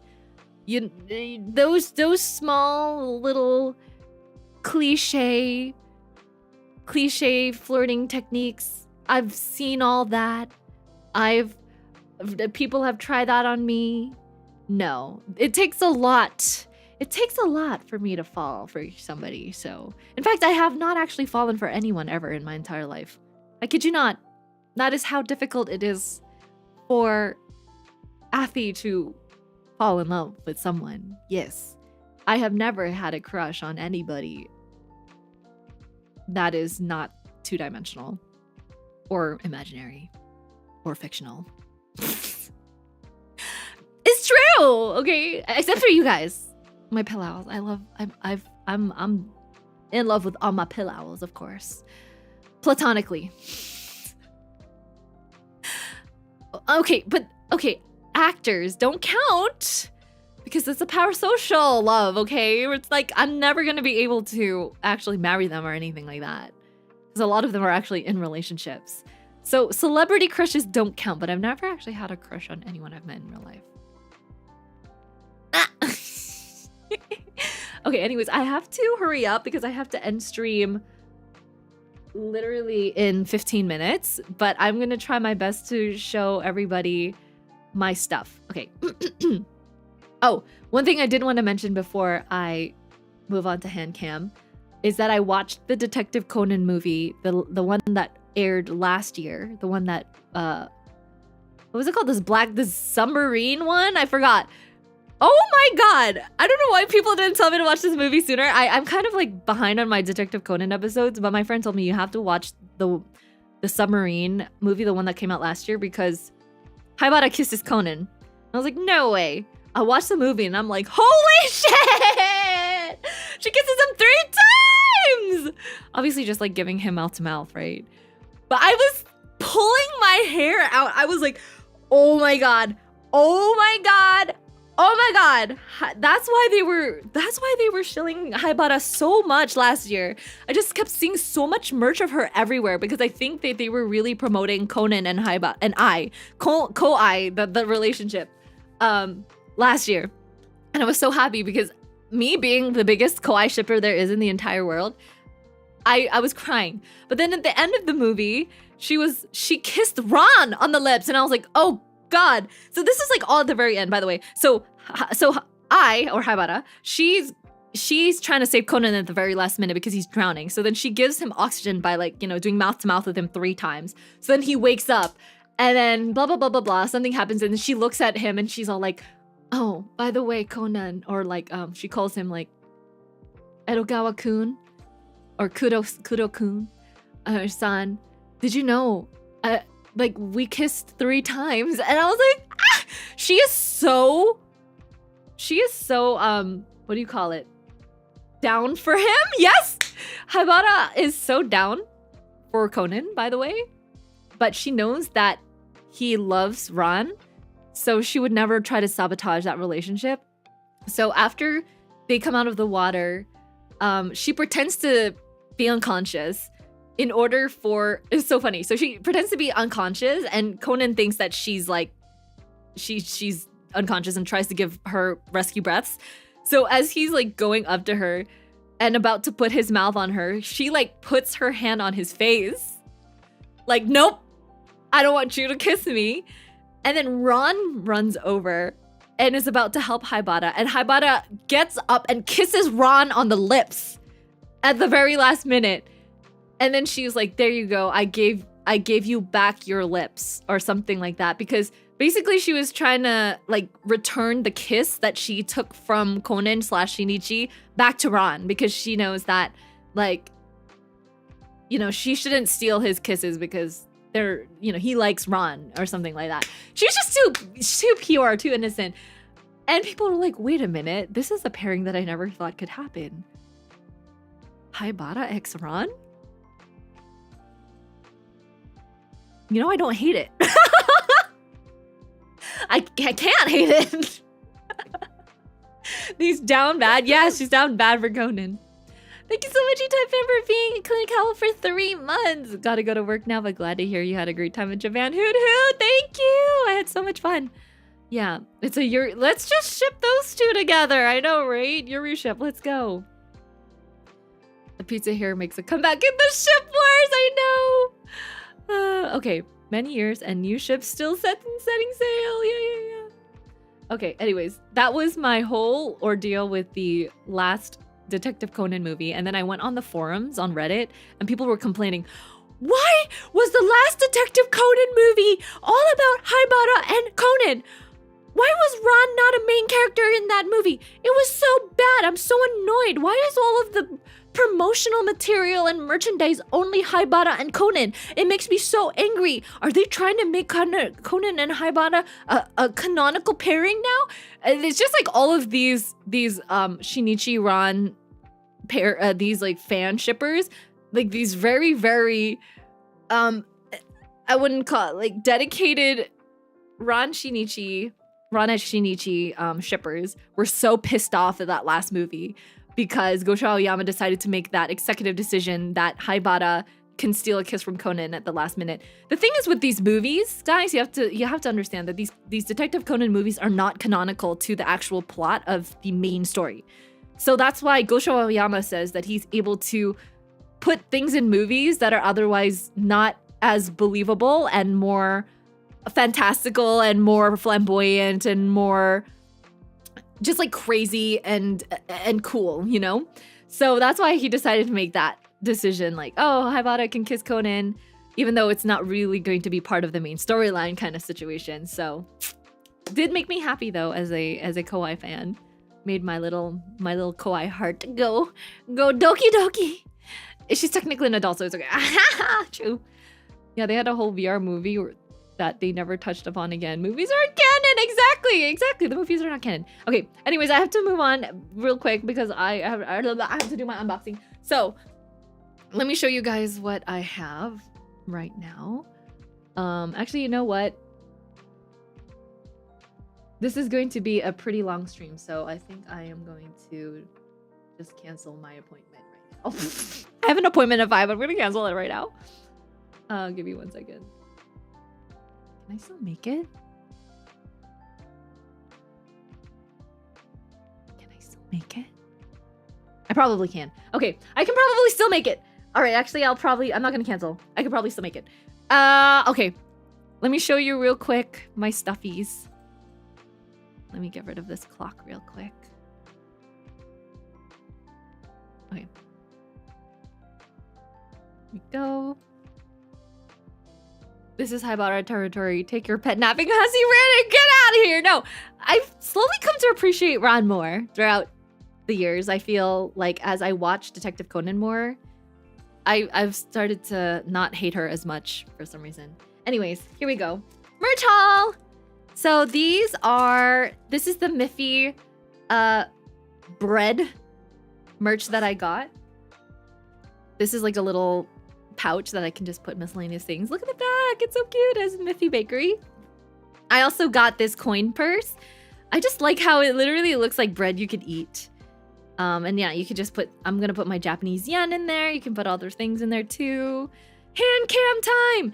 And then I also got this. This is the sweet potato omikuji that I got. Isn't it so cute? It literally looks exactly like one. The omikuji was actually inside this hole, so I fished it out. And then I bought these hair clips to wear at work because I love gummy bears, and obviously you guys know my obsession with gummy bears. So I found these gummy bear hair clips. I got one sour gummy bear one, and I got one regular gummy bear one, so that I could clip them on each side of my head when I wear them at work, and the kids, I'm sure, are gonna love them. There we go, my gummy bears. I got this at the airport in Hong Kong because I love little crafts and I thought that the trams were really, really cool when I was in Hong Kong. So I wanted to get this little paper craft of a tram. Can't wait to build that. Hopefully I can do that on stream with you guys. So cool, see? It has a little guy there on the side. A little guy biking. Oh, thank you so much for watching, Rogue. I hope you have a wonderful time at work. Please take care. I'll see you next time. Yeah. Oh, here you go. Here is the red pencil of fate that is supposed to link me to my soulmate. As you can see here, there's like a girl on one side and then there's a guy here. And as you continue to use the pencil, as you sharpen it, it's going to get shorter and shorter. And that line is supposed to get shorter. So then you're supposed to meet your supposed soulmate. Yeah, it's so funny. And then, of course, when I went to the anime stores, I saw Sweet-chan! So I finally bought myself a mini Sweet-chan. This is the Hololive Friends to Go, so that I could put her on my bag. So I can declare to everybody in the entire universe that Sweet-chan is my Yoshi. So I have my little Sweet-chan. Yeah, mini Sweet-chan, I know, right? And I bought myself another blue curry, so don't hate me. When I was at Kawaguchiko, they were selling Mount Fuji curry. Yes, you're supposed to make the curry, shape it into the shape of the Mount Fuji mountain and pour the blue curry around it. And this is a Unicamp collaboration blue curry. Mount Fuji blue curry. Look, it's so cute. So look forward to that, and hopefully this will not give me food poisoning. This time I will try and eat it within the actual time frame. This expires in 2025 on March or February. I don't know. It says 4 or 2, so one of those. So I'm definitely gonna try and eat this before February. Hopefully, I think it was the rice that actually gave me food poisoning. Okay, continuing on. Now I have... I don't think I'm going to be able to make my appointment. Okay, give me 1 second, guys. I'm going to cancel it real quick. Let me just cancel my appointment. Give me 1 second. I want to spend more time looking through these things with you. Okay, hold on a second here.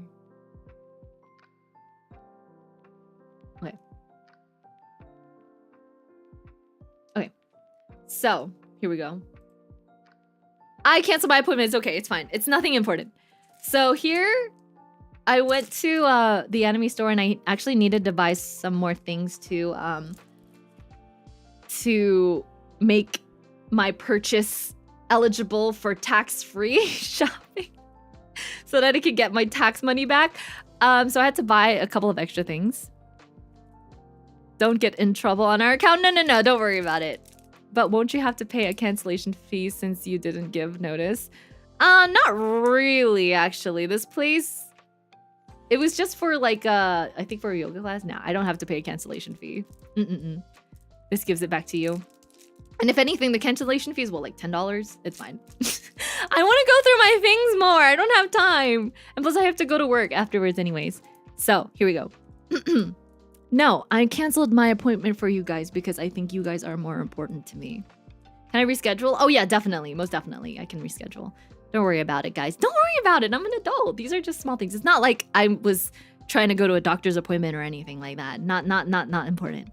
You guys are more important to me. I want to spend more time with you guys. I missed you guys so much. Yeah. So please, just forget about it. All right, I wanted to show you this. So I got some art books. So here's one of a Hachima. It's a very spicy one, actually. Called Record of Hachima. How do I open this? Because the thing is, I want to open these too. Wait, how did they seal this? Huh? How do you open this? There's no, like... Oh my god, what? Okay, I'm taking it out of the plastic. Usual practice around here is that various outfits reserve the right to charge you for the whole appointment if you cancel super late or just don't show up, but usually don't actually do so. Yeah, no, my place just charges, yeah. Because I have like a membership, so it doesn't matter. All right, here we go.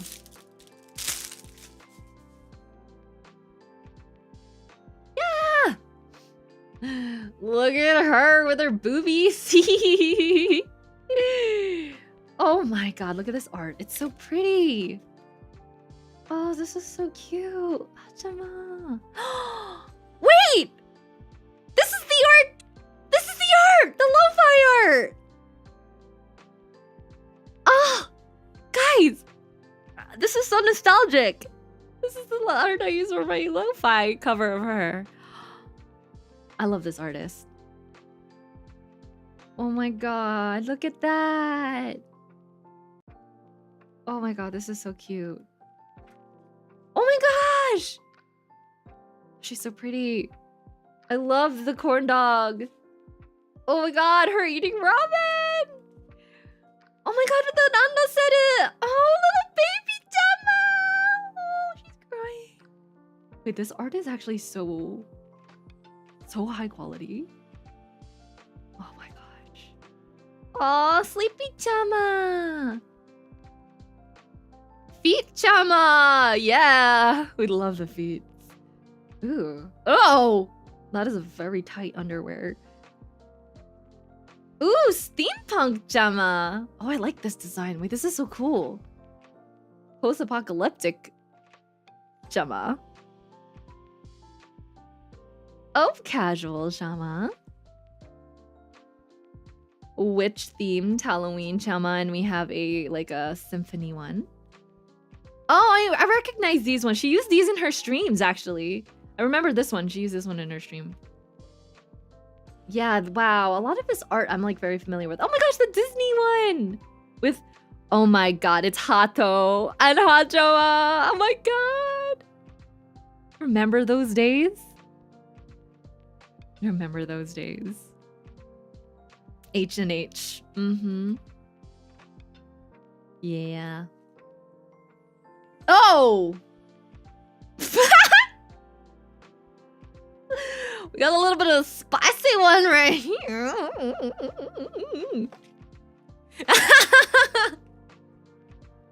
Oh, it's actually really cute. She's eating a potato chip. With the nipple pasties. Yes. Okay, so that was really good. The last page always takes you by surprise. I know, right? It's covered. Should be okay. No, yeah. There was no nudes. If there was like H stuff in this, it would have been in the H section, the H or the 18+ section. This was not in the 18+ section, so we are safe. We are safe. This is okay for children. Don't worry about it. Oh, all right. Okay, here is one. Oh, I like the material of the paper here. Mago Wasabi art book. This one?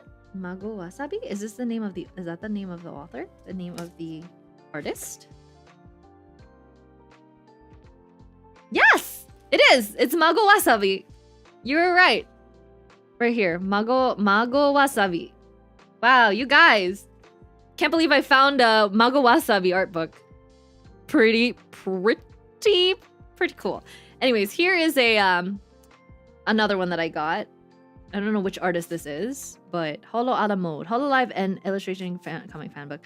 Oh, look, it's a comic. Oh! Oh!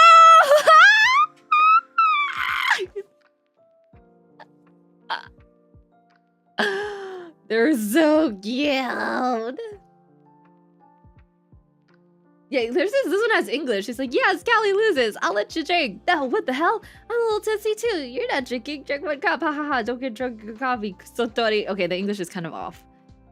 The Takamori. Wait, the art is so good. This Kura is so pretty. Oh my god, Coco.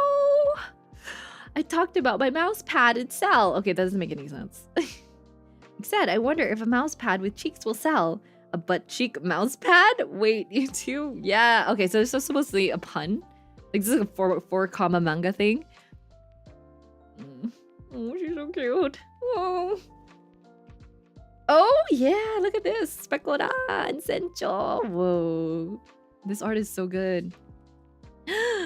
Her belly. Oh my god, her boobies. Oh, there's like titties. Oh my god. That belly button is so like dimensional, so realistic looking. Look at that. Oh, there's some titties here. I see nips. I see nips too. Ah, she's so cute. Look at that pecora.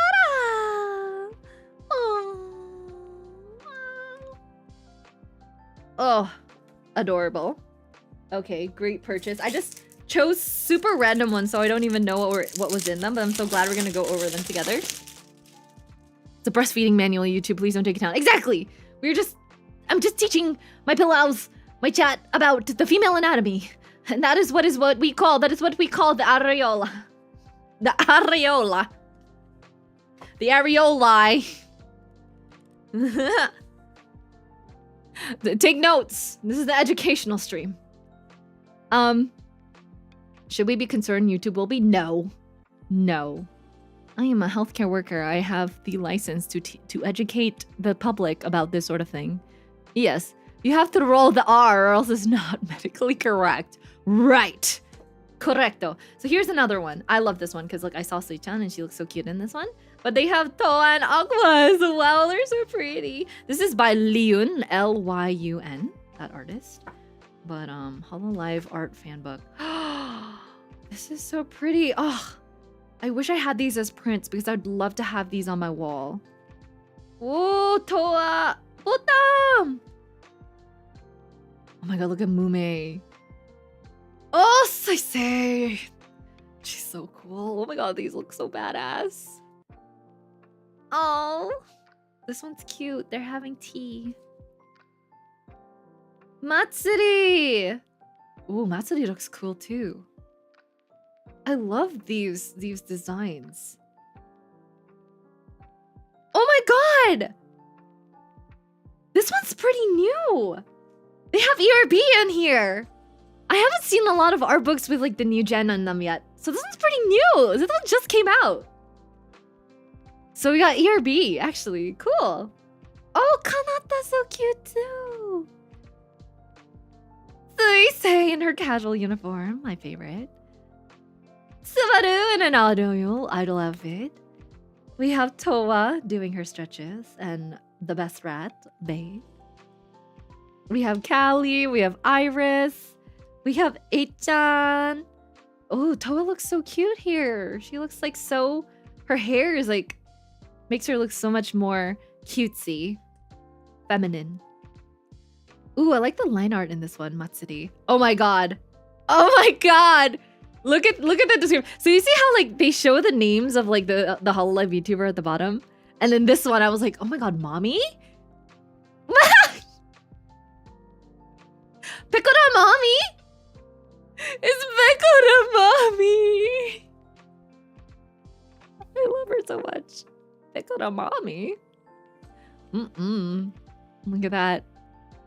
Blessed is the Peko Mama. Bless us all. Oh my gosh, and they have some of Regloss here as well. They have Kanade, they have Ririka. Oh, Mume. She's so pretty. More of Toa. I could see who their Oshis are. Okayu! Oh, this is so pretty. Ah!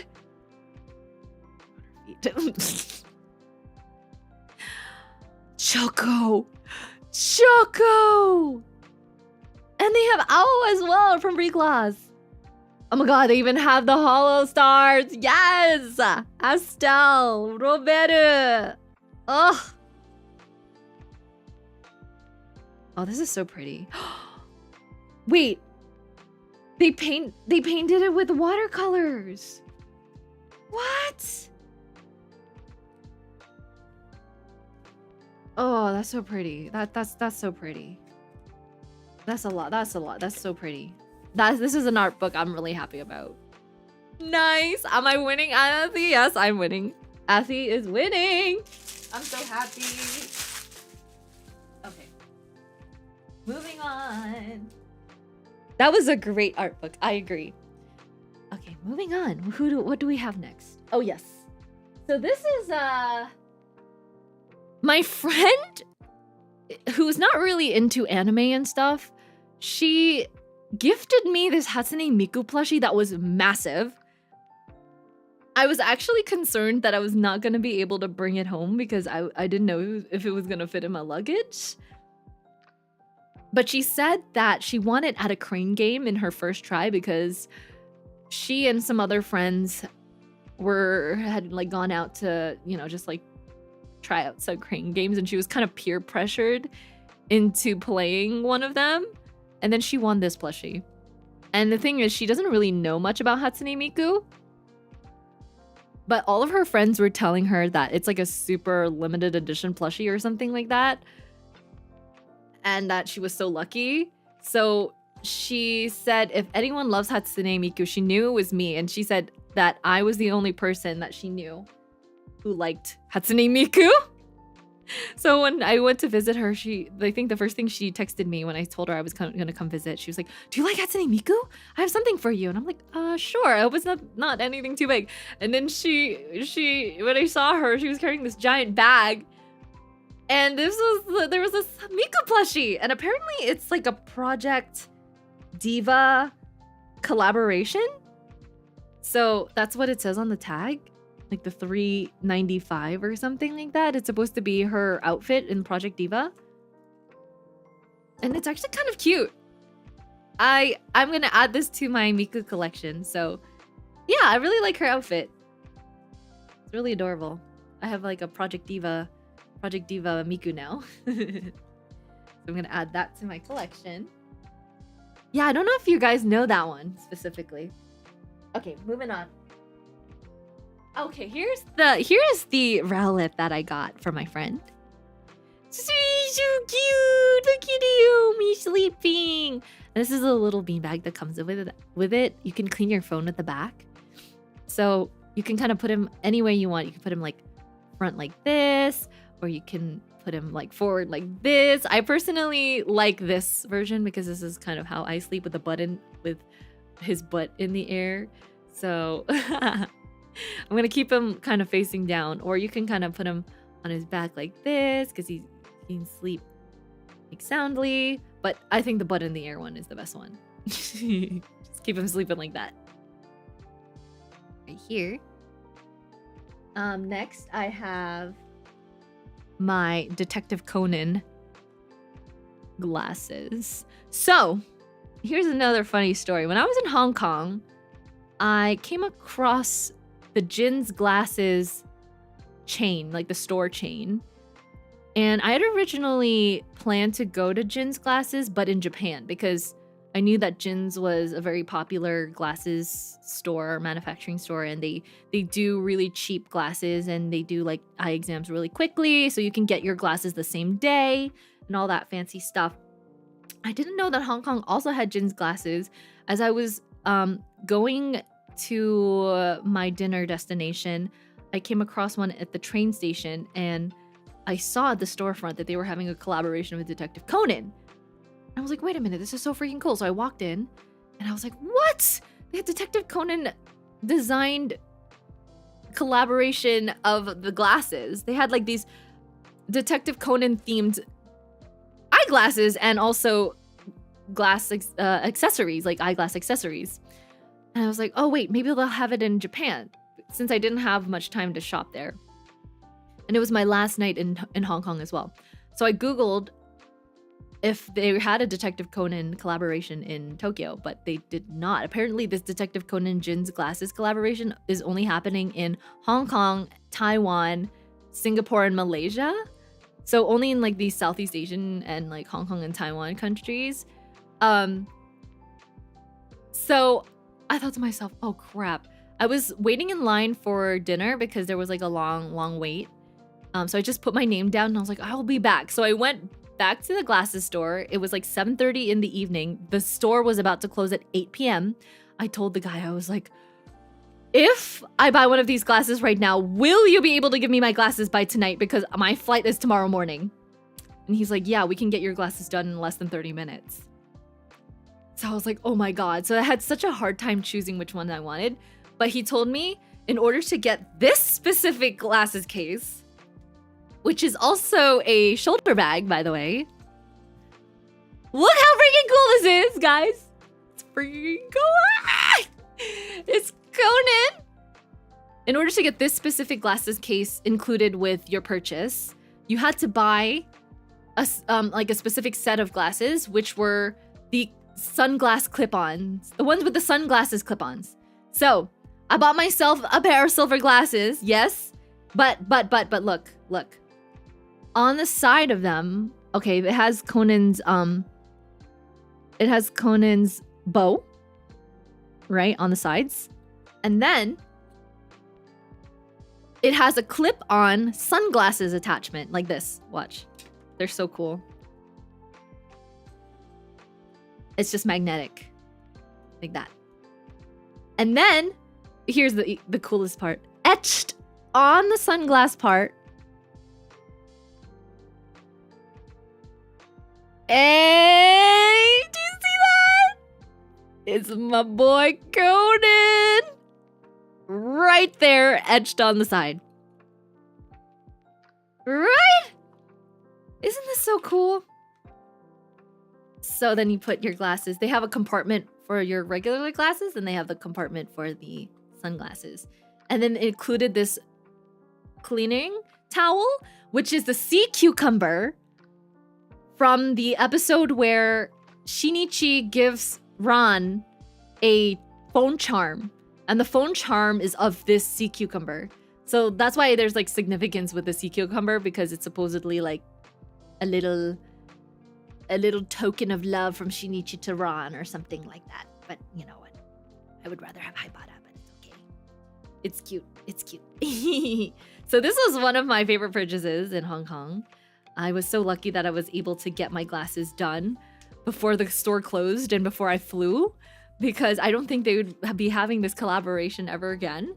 I definitely would not be back in time for that. Anyways, there we go. My Conan, the one Conan thing I bought. I actually bought more. Here, I'll show you. The two Conan figurines that I got. These are actually figures that you're supposed to be able to win in claw games, but they obviously sell them in like the figure stores as well. Here's one with Ai-chan. I really like the way that they're like sitting on the chairs. Makes them look more like childish, a little more vulnerable. But Ai-chan looks so cute here. Love this one. It actually includes her shoes as well.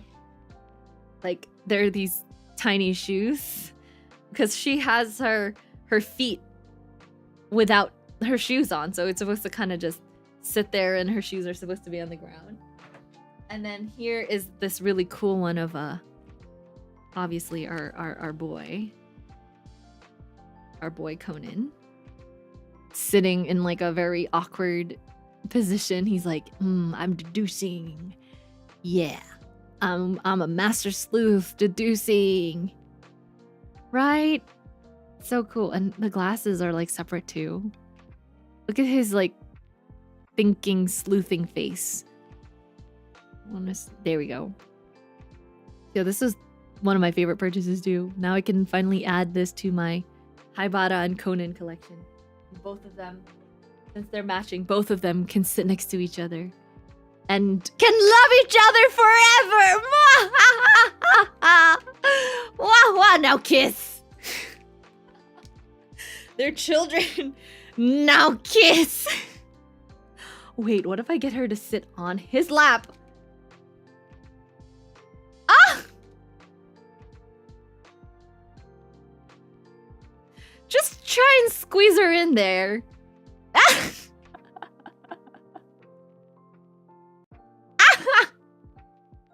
Oh, this is cute! Now this is how they're supposed to be. This is how they're supposed to be. Maybe I should rearrange them that way.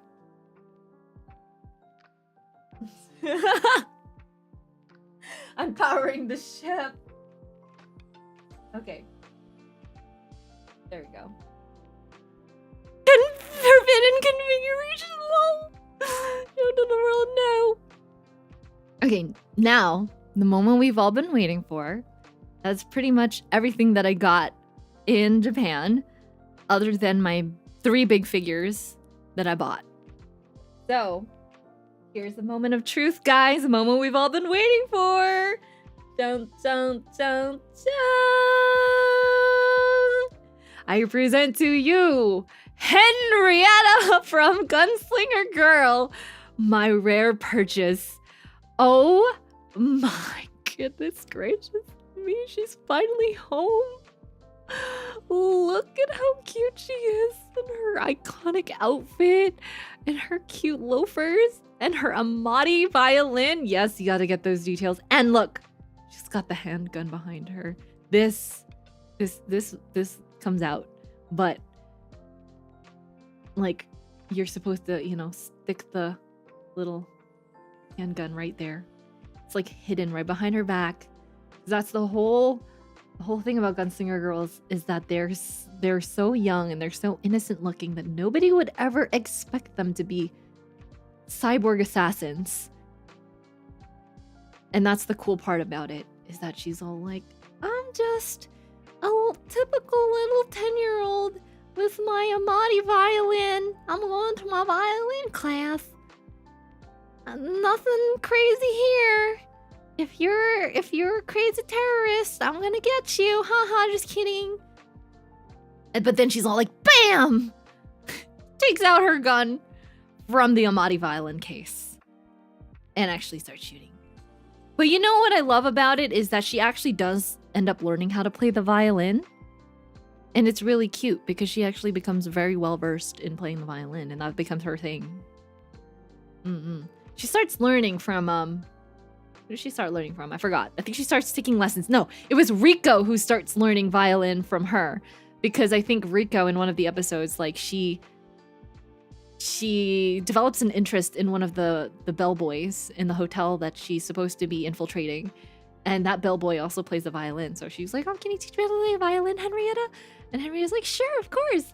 But then, you know, she ends up having to kill that bellboy anyway, because that was a very sad episode. Ugh, one of my favorites. But she wasn't kidding. I know. I wonder if they made figures for Rico and Claes. I really wish they did too. They actually, I really wanted to get this Rico and Triella. There was like a Rico and Triella figure set, but it was so hard to find. I don't think you'll be able to find any of those. They had like small gacha Gunslinger Girls as well, but they're not as good quality. So personally, I would not like go out of my way to buy those. But they're still cool collector items if this was your favorite show. Okay, so taking a break from Gunslinger Girl for a little bit. I'm shocked by the fact that there were not a lot of Apothecary Diary merches there. So yeah, I was really surprised to see that I couldn't find a lot of Apothecary Diaries related merch while I was in Japan. And I thought that it was a relatively popular show, but when I was in the figure stores, I realized, wait a minute, I don't see any figures of Mao Mao. Like 0. So when I finally came across one that was not that expensive either, this is also one that you get at a crane game, I was like, I have to get this. So the Kusuria no Hitorigoto obviously is the name of it, but I was shocked I couldn't find more Mao Mao. I really wanted to find more Mao Mao. So I'm excited to open this. Hi, Ice Bear Son! I found my Mao Mao! Brought her home. Okay.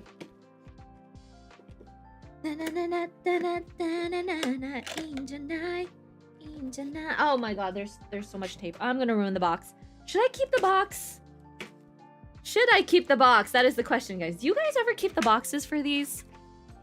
Maybe not for this one, because I don't have the box for the other ones. Maybe I won't keep the box for this one, but... Oh, it's so cute! Oh my gosh, Mao Mao! Wait, we have to really take our time to open this. This is important. This is important merchandise that we're opening right now. Oh! Oh, it's one of those noodle toppers! I love it! I can add this to my noodle topper collection. Oh, it's new. Sweet. My little anime figure collector senses are happy. They're tingling. Whoa, okay, this is not bad. I thought that her face would look a little more awkward from the picture. But to be fair, for something that was pretty cheap, this is not bad. This is not bad, actually. I like how, you know, they have her hair ties on and her outfit is pretty accurate. Her shoes. So she could just, you know, sit on any random surface. And I like that because I have a lot of surfaces that she can sit on. I got my Mau Mau! Yay! It's pretty good quality. I like how her hair is kind of flowing in the wind as well. It gives a little bit of dimension. So it looks like the wind is blowing from right behind her. She's got that very serious Xidia face on. Yeah. And her freckles. They got her freckles right. Obviously got to get that detail. So yes. Okay, excited for that. She's going to sit here for a little bit. All right. Last but not least. This one. The thing that I spent 2 days to find that I could not believe my eyes when I saw. Because this is probably extremely rare. An extremely rare find. But I could not believe that they had this at Ami Ami. And you know, they sort everything out in the store by category. Usually it's by either by manufacturing brand or it's by series if it's popular enough. But there's this one section in Ami Ami that was, I noticed that had a lot of old anime. It was like old 2000s anime. They had like Lucky Star, they had K-On! On that shelf. They had like Kodomo no Mocha for some reason. That was really cool. They had the Tamako's Market was on there as well. So I was thinking to myself, damn, this is like old nostalgia anime. Maybe Gunslinger Girl is there? Right at the bottom shelf, because I skimmed through every single shelf in that store. Like I touched every single box to make sure I was not missing something. At the very bottom of that shelf, it was such a small section. It was just one shelf section in the entire 6 floors of Ami Ami. Because there were 6 floors. She was sitting there, waiting for me. Waiting for me! Toriella! Toriella Daisuki. She's so beautiful. Look at this. I remember you talking about liking Triella since the beginning of your streaming career. Oh my god, I was so happy when I saw her. Yes, Triella is... I think is my favorite character in Gunslinger Girl. If you guys could ask me one, it'd be Triella and then Henrietta and then Rico. I mean, mind you, I love the other girls as well, but I personally thought that Triella's story was the saddest. I mean, all the other girls have pretty sad stories, but hers, I thought was the craziest. And I really liked her character development. I think they focused a lot on her character throughout the first season, because they were focusing a lot about how she was like very rebellious and how she was trying to fight this guy. Oh, that's the second season actually. The second season, they were focusing on her growth and building up her strength in combat to fight this guy called Pinocchio. I can't remember if it was the first or second season where she was fighting Pinocchio. I think it was the second. And, you know, she had to, like, train with, like, the older guys and stuff like that. But she was still not strong enough to defeat him because she kept failing. So there was, like, a big character development arc for her in trying to defeat Pinocchio. I really like that. She's such a strong... she's the older sister character, essentially, in the series. And, yeah, I just love that about her. Okay, how do I even begin to open this? Because they packed it so tightly. I guess we'll remove the tape slowly. So does it stay in the box is the real question. Oh my god, I really want it to stay in the box, but you can't really see her features well if she stays in the box. That's the problem because of the glare of the plastic and the dark. It's too dark in there. So, okay. Let me just cut this part out actually. easier for myself. The box is cute though. I might keep the box, but not throw it. Yeah, I'm not gonna throw the box away. Just because this is too rare for me to throw a box away. Too rare, too rare. It even has the Gunslinger Girl logo on it and everything. Like, what are the chances, guys? Gunslinger Girl wasn't even that popular of an anime back in the day. It really wasn't. Okay. Okay. So I cut tape pieces really, really badly, but whatever. Okay, she's coming out. She's coming out. I keep boxes too, but I always open them to display in full glory. Yeah, look. With the Gunslinger Girl logo and everything. The Henrietta figure that I got didn't have a box with it. But that's fine because it was so cheap anyways. But look, it even has like the illustration of her gun. Yeah. And then I love the front. Actually, the reason why I want to keep this box is because it has like the thing, it's the little saying that says, "The girl has a mechanical body. However, she is still an adolescent child." So it's pretty cool. I'm just happy that, you know, Good Smile Company decided to make good quality figures of such an underrated show. All right. Here we go. Oh my god, here we go. Oh my god. Okay. I feel like I'm unboxing something so precious because this is what I spent my entire trip trying to find. Okay. Oh my god, where do I even start? Ah, I don't want to destroy her. Okay, it was pretty easy. Okay, good. This doesn't have like any other loose parts. It's really just the stand. Oh my goodness. It still has like all the plastic holding it in place. Here we go. Oh my gosh. Look at the details. Oh my god, there's still plastic in here too. Wait. Wait, how do I get this plastic out? Oh.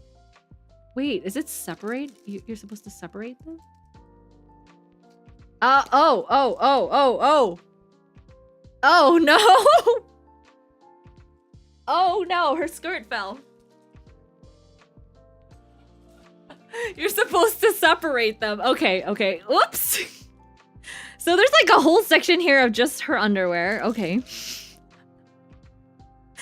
Whoopsie. I got it. I got it. This is awkward. Literally just have her legs.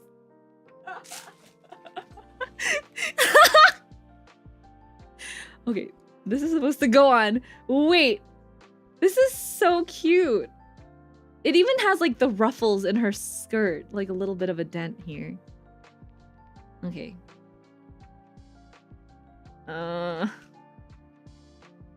Okay.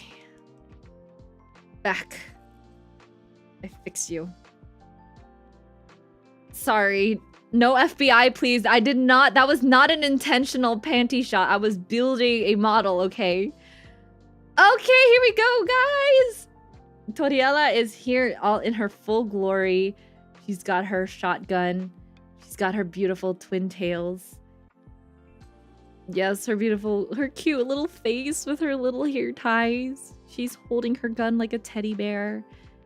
And she's got those cute boots. Nice shiny boots. And yeah, her outfit's really cute. She's got her trench coat, which I really love. And then we have, I really like the design of the stand as well. There are some actual dead leaves on the floor. They decided to add that little embellishment, which is cool. So I'm going to put her on here now. How do you might fit in there?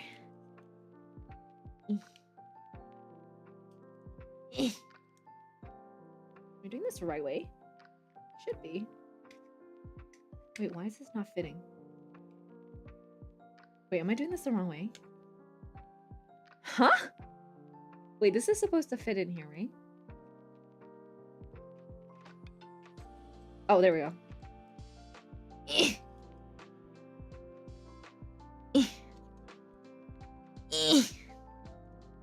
Okay. Sweet. Oh, the heels? Yeah, I think that heels is secondary to the... Yeah, I mean, I think it's just like fashionable, you know? Super fashionable. Oh my gosh.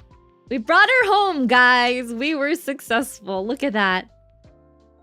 We brought her home, guys. I'm so happy. I'm so proud. We accomplished something very big this trip. And we brought home Triella. Finally. The Winchester 1887. Yes, that's what her shotgun is. Being a gun nerd, I could be wrong, but that looks like an M1897 trench shotgun. I think it is. Yeah, I think it is. So something similar. I want someone to hold me like how Triella holds her gun. Yeah, that's another thing about Gunslinger Girl is that what I love about it is that it plays on like the innocence of like of a child in a way that's like they're kind of like child soldiers, but more like child assassins. And it plays on the innocence of a child, on the themes of the innocence of children, and can they still be maintained despite such a brutal, them doing such brutal things and being exposed to such brutal things, you know? Yeah. DK, hi! Welcome, welcome! I had so much fun. Literally, quite literally, I'm so happy. So do you think I should keep these like plastic thingies? I threw most of them out actually. I don't even know how to put them back, but or how to, what do you call it? Reassemble them.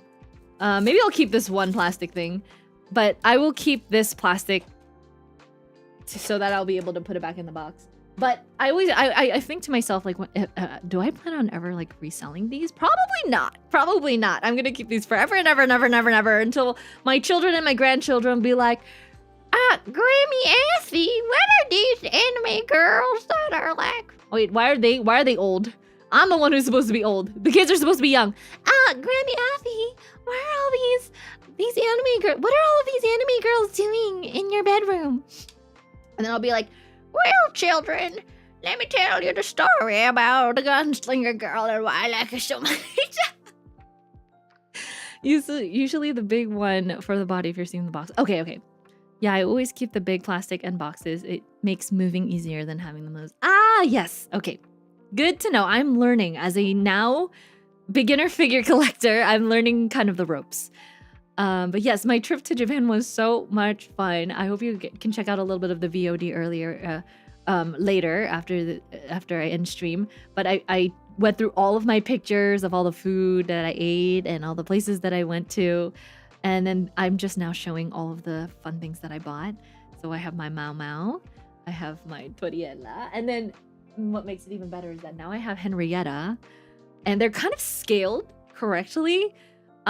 So actually, they are in their correct sizes next to each other. Like Triella is a lot taller, obviously, than Henrietta because she's younger. Triella's like 14/15/16 in the anime, and Henrietta is like 10. Starts out the show as like being 10 years old. So yeah, one is a lot older than the other, but yeah, like they're so cute together. This makes me so happy. I kid you not, Gunslinger Girl is like one of my favorite anime of all time. And look, even the cobblestone like paths kind of match because the roads in Italy are all pretty much like that. Yay! Why does old Athy sound like regular Athy? Shit! Stop it! I sound young, okay? I'm not an old hag yet. I'm not an old hag yet. No, don't remind me of my ticking time bomb of that is my age. Please. I need to tell myself that I'm still young every day. Or else I'm gonna cry. No hags. No. Hag love. Okay, thank you. Thank you. No worries. I love the voice your way it is. Aw, you're so sweet. All right. Well, that is pretty much all I got while I was in Japan and Hong Kong. I hope you guys enjoyed my little hand cam presentation. Oh, by the way, my nails are still cute from the trip. They're kind of grown out a little bit, but as you can see, I got little like autumn leaves on my nails. Yes, finally, Athy has nice nails, not disgusting, gross nails that I don't want you guys to ever see. But finally, Athy has some nice presentable manicures. Yes. Not sure if you heard of while in Japan, but Girls Frontline 2 just came out, and we all know how much you love girls with guns. Yeah, I have to check out those other franchises as well, like Girls in Panzer. You definitely have to check out Girls Frontline. Have to finish watching like Licorice Recoil. There's so many other things as well that I want to check out. A lot of like girls with like combat and stuff like that. Yeah, cute girls in combat is my cup of tea. Is what I'm trying to say. Yeah. They say that the old cuts are more flavorful. Yeah, it's because we got to marinate in the sauce for a lot longer. We got the sauce. We are the sauce. Cute girls doing cute things like doing combat, like assassinations, like doing cool assassinations. Yeah.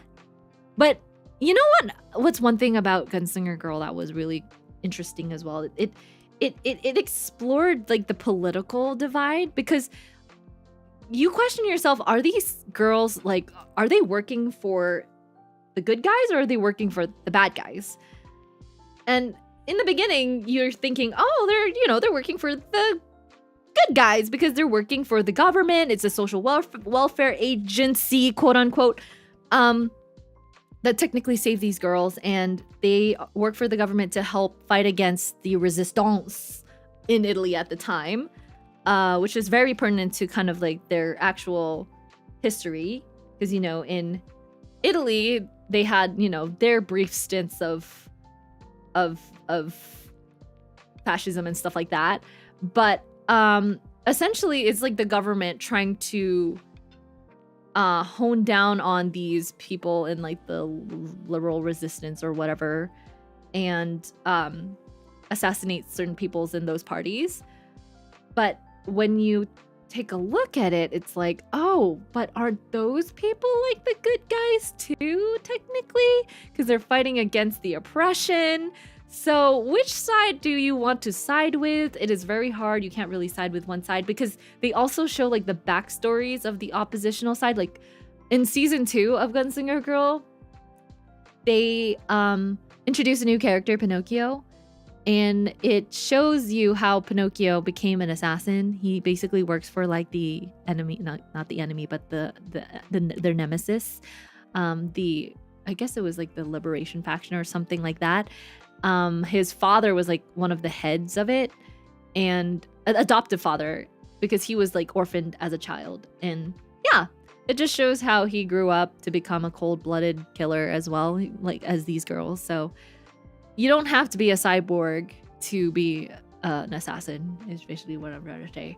So from one child assassin to one child assassin, they're all the same at the end of the day, but they're all just pawns for the adults. They don't even know what they're fighting for at the end of the day.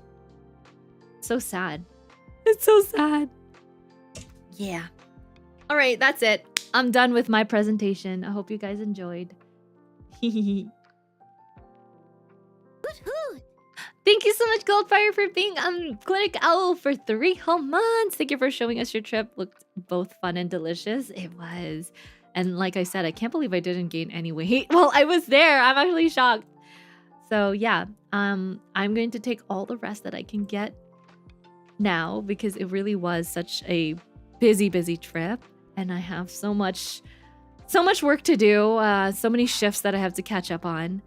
But don't worry, guys. I'm going to get back into the swing of things real soon. I'm going to be streaming 3 times this week. Well, this is my first stream, and then I have BioShock on Friday, and then guitar on Sunday. So I hope you guys can join me for that as well.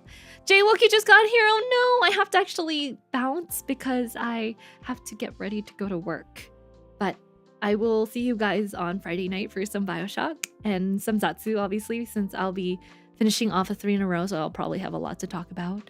I also wanted to chat with you guys a little bit about the cute little babies I've been hanging out with at work. These cute little ones that I get to nuzzle while I'm at work.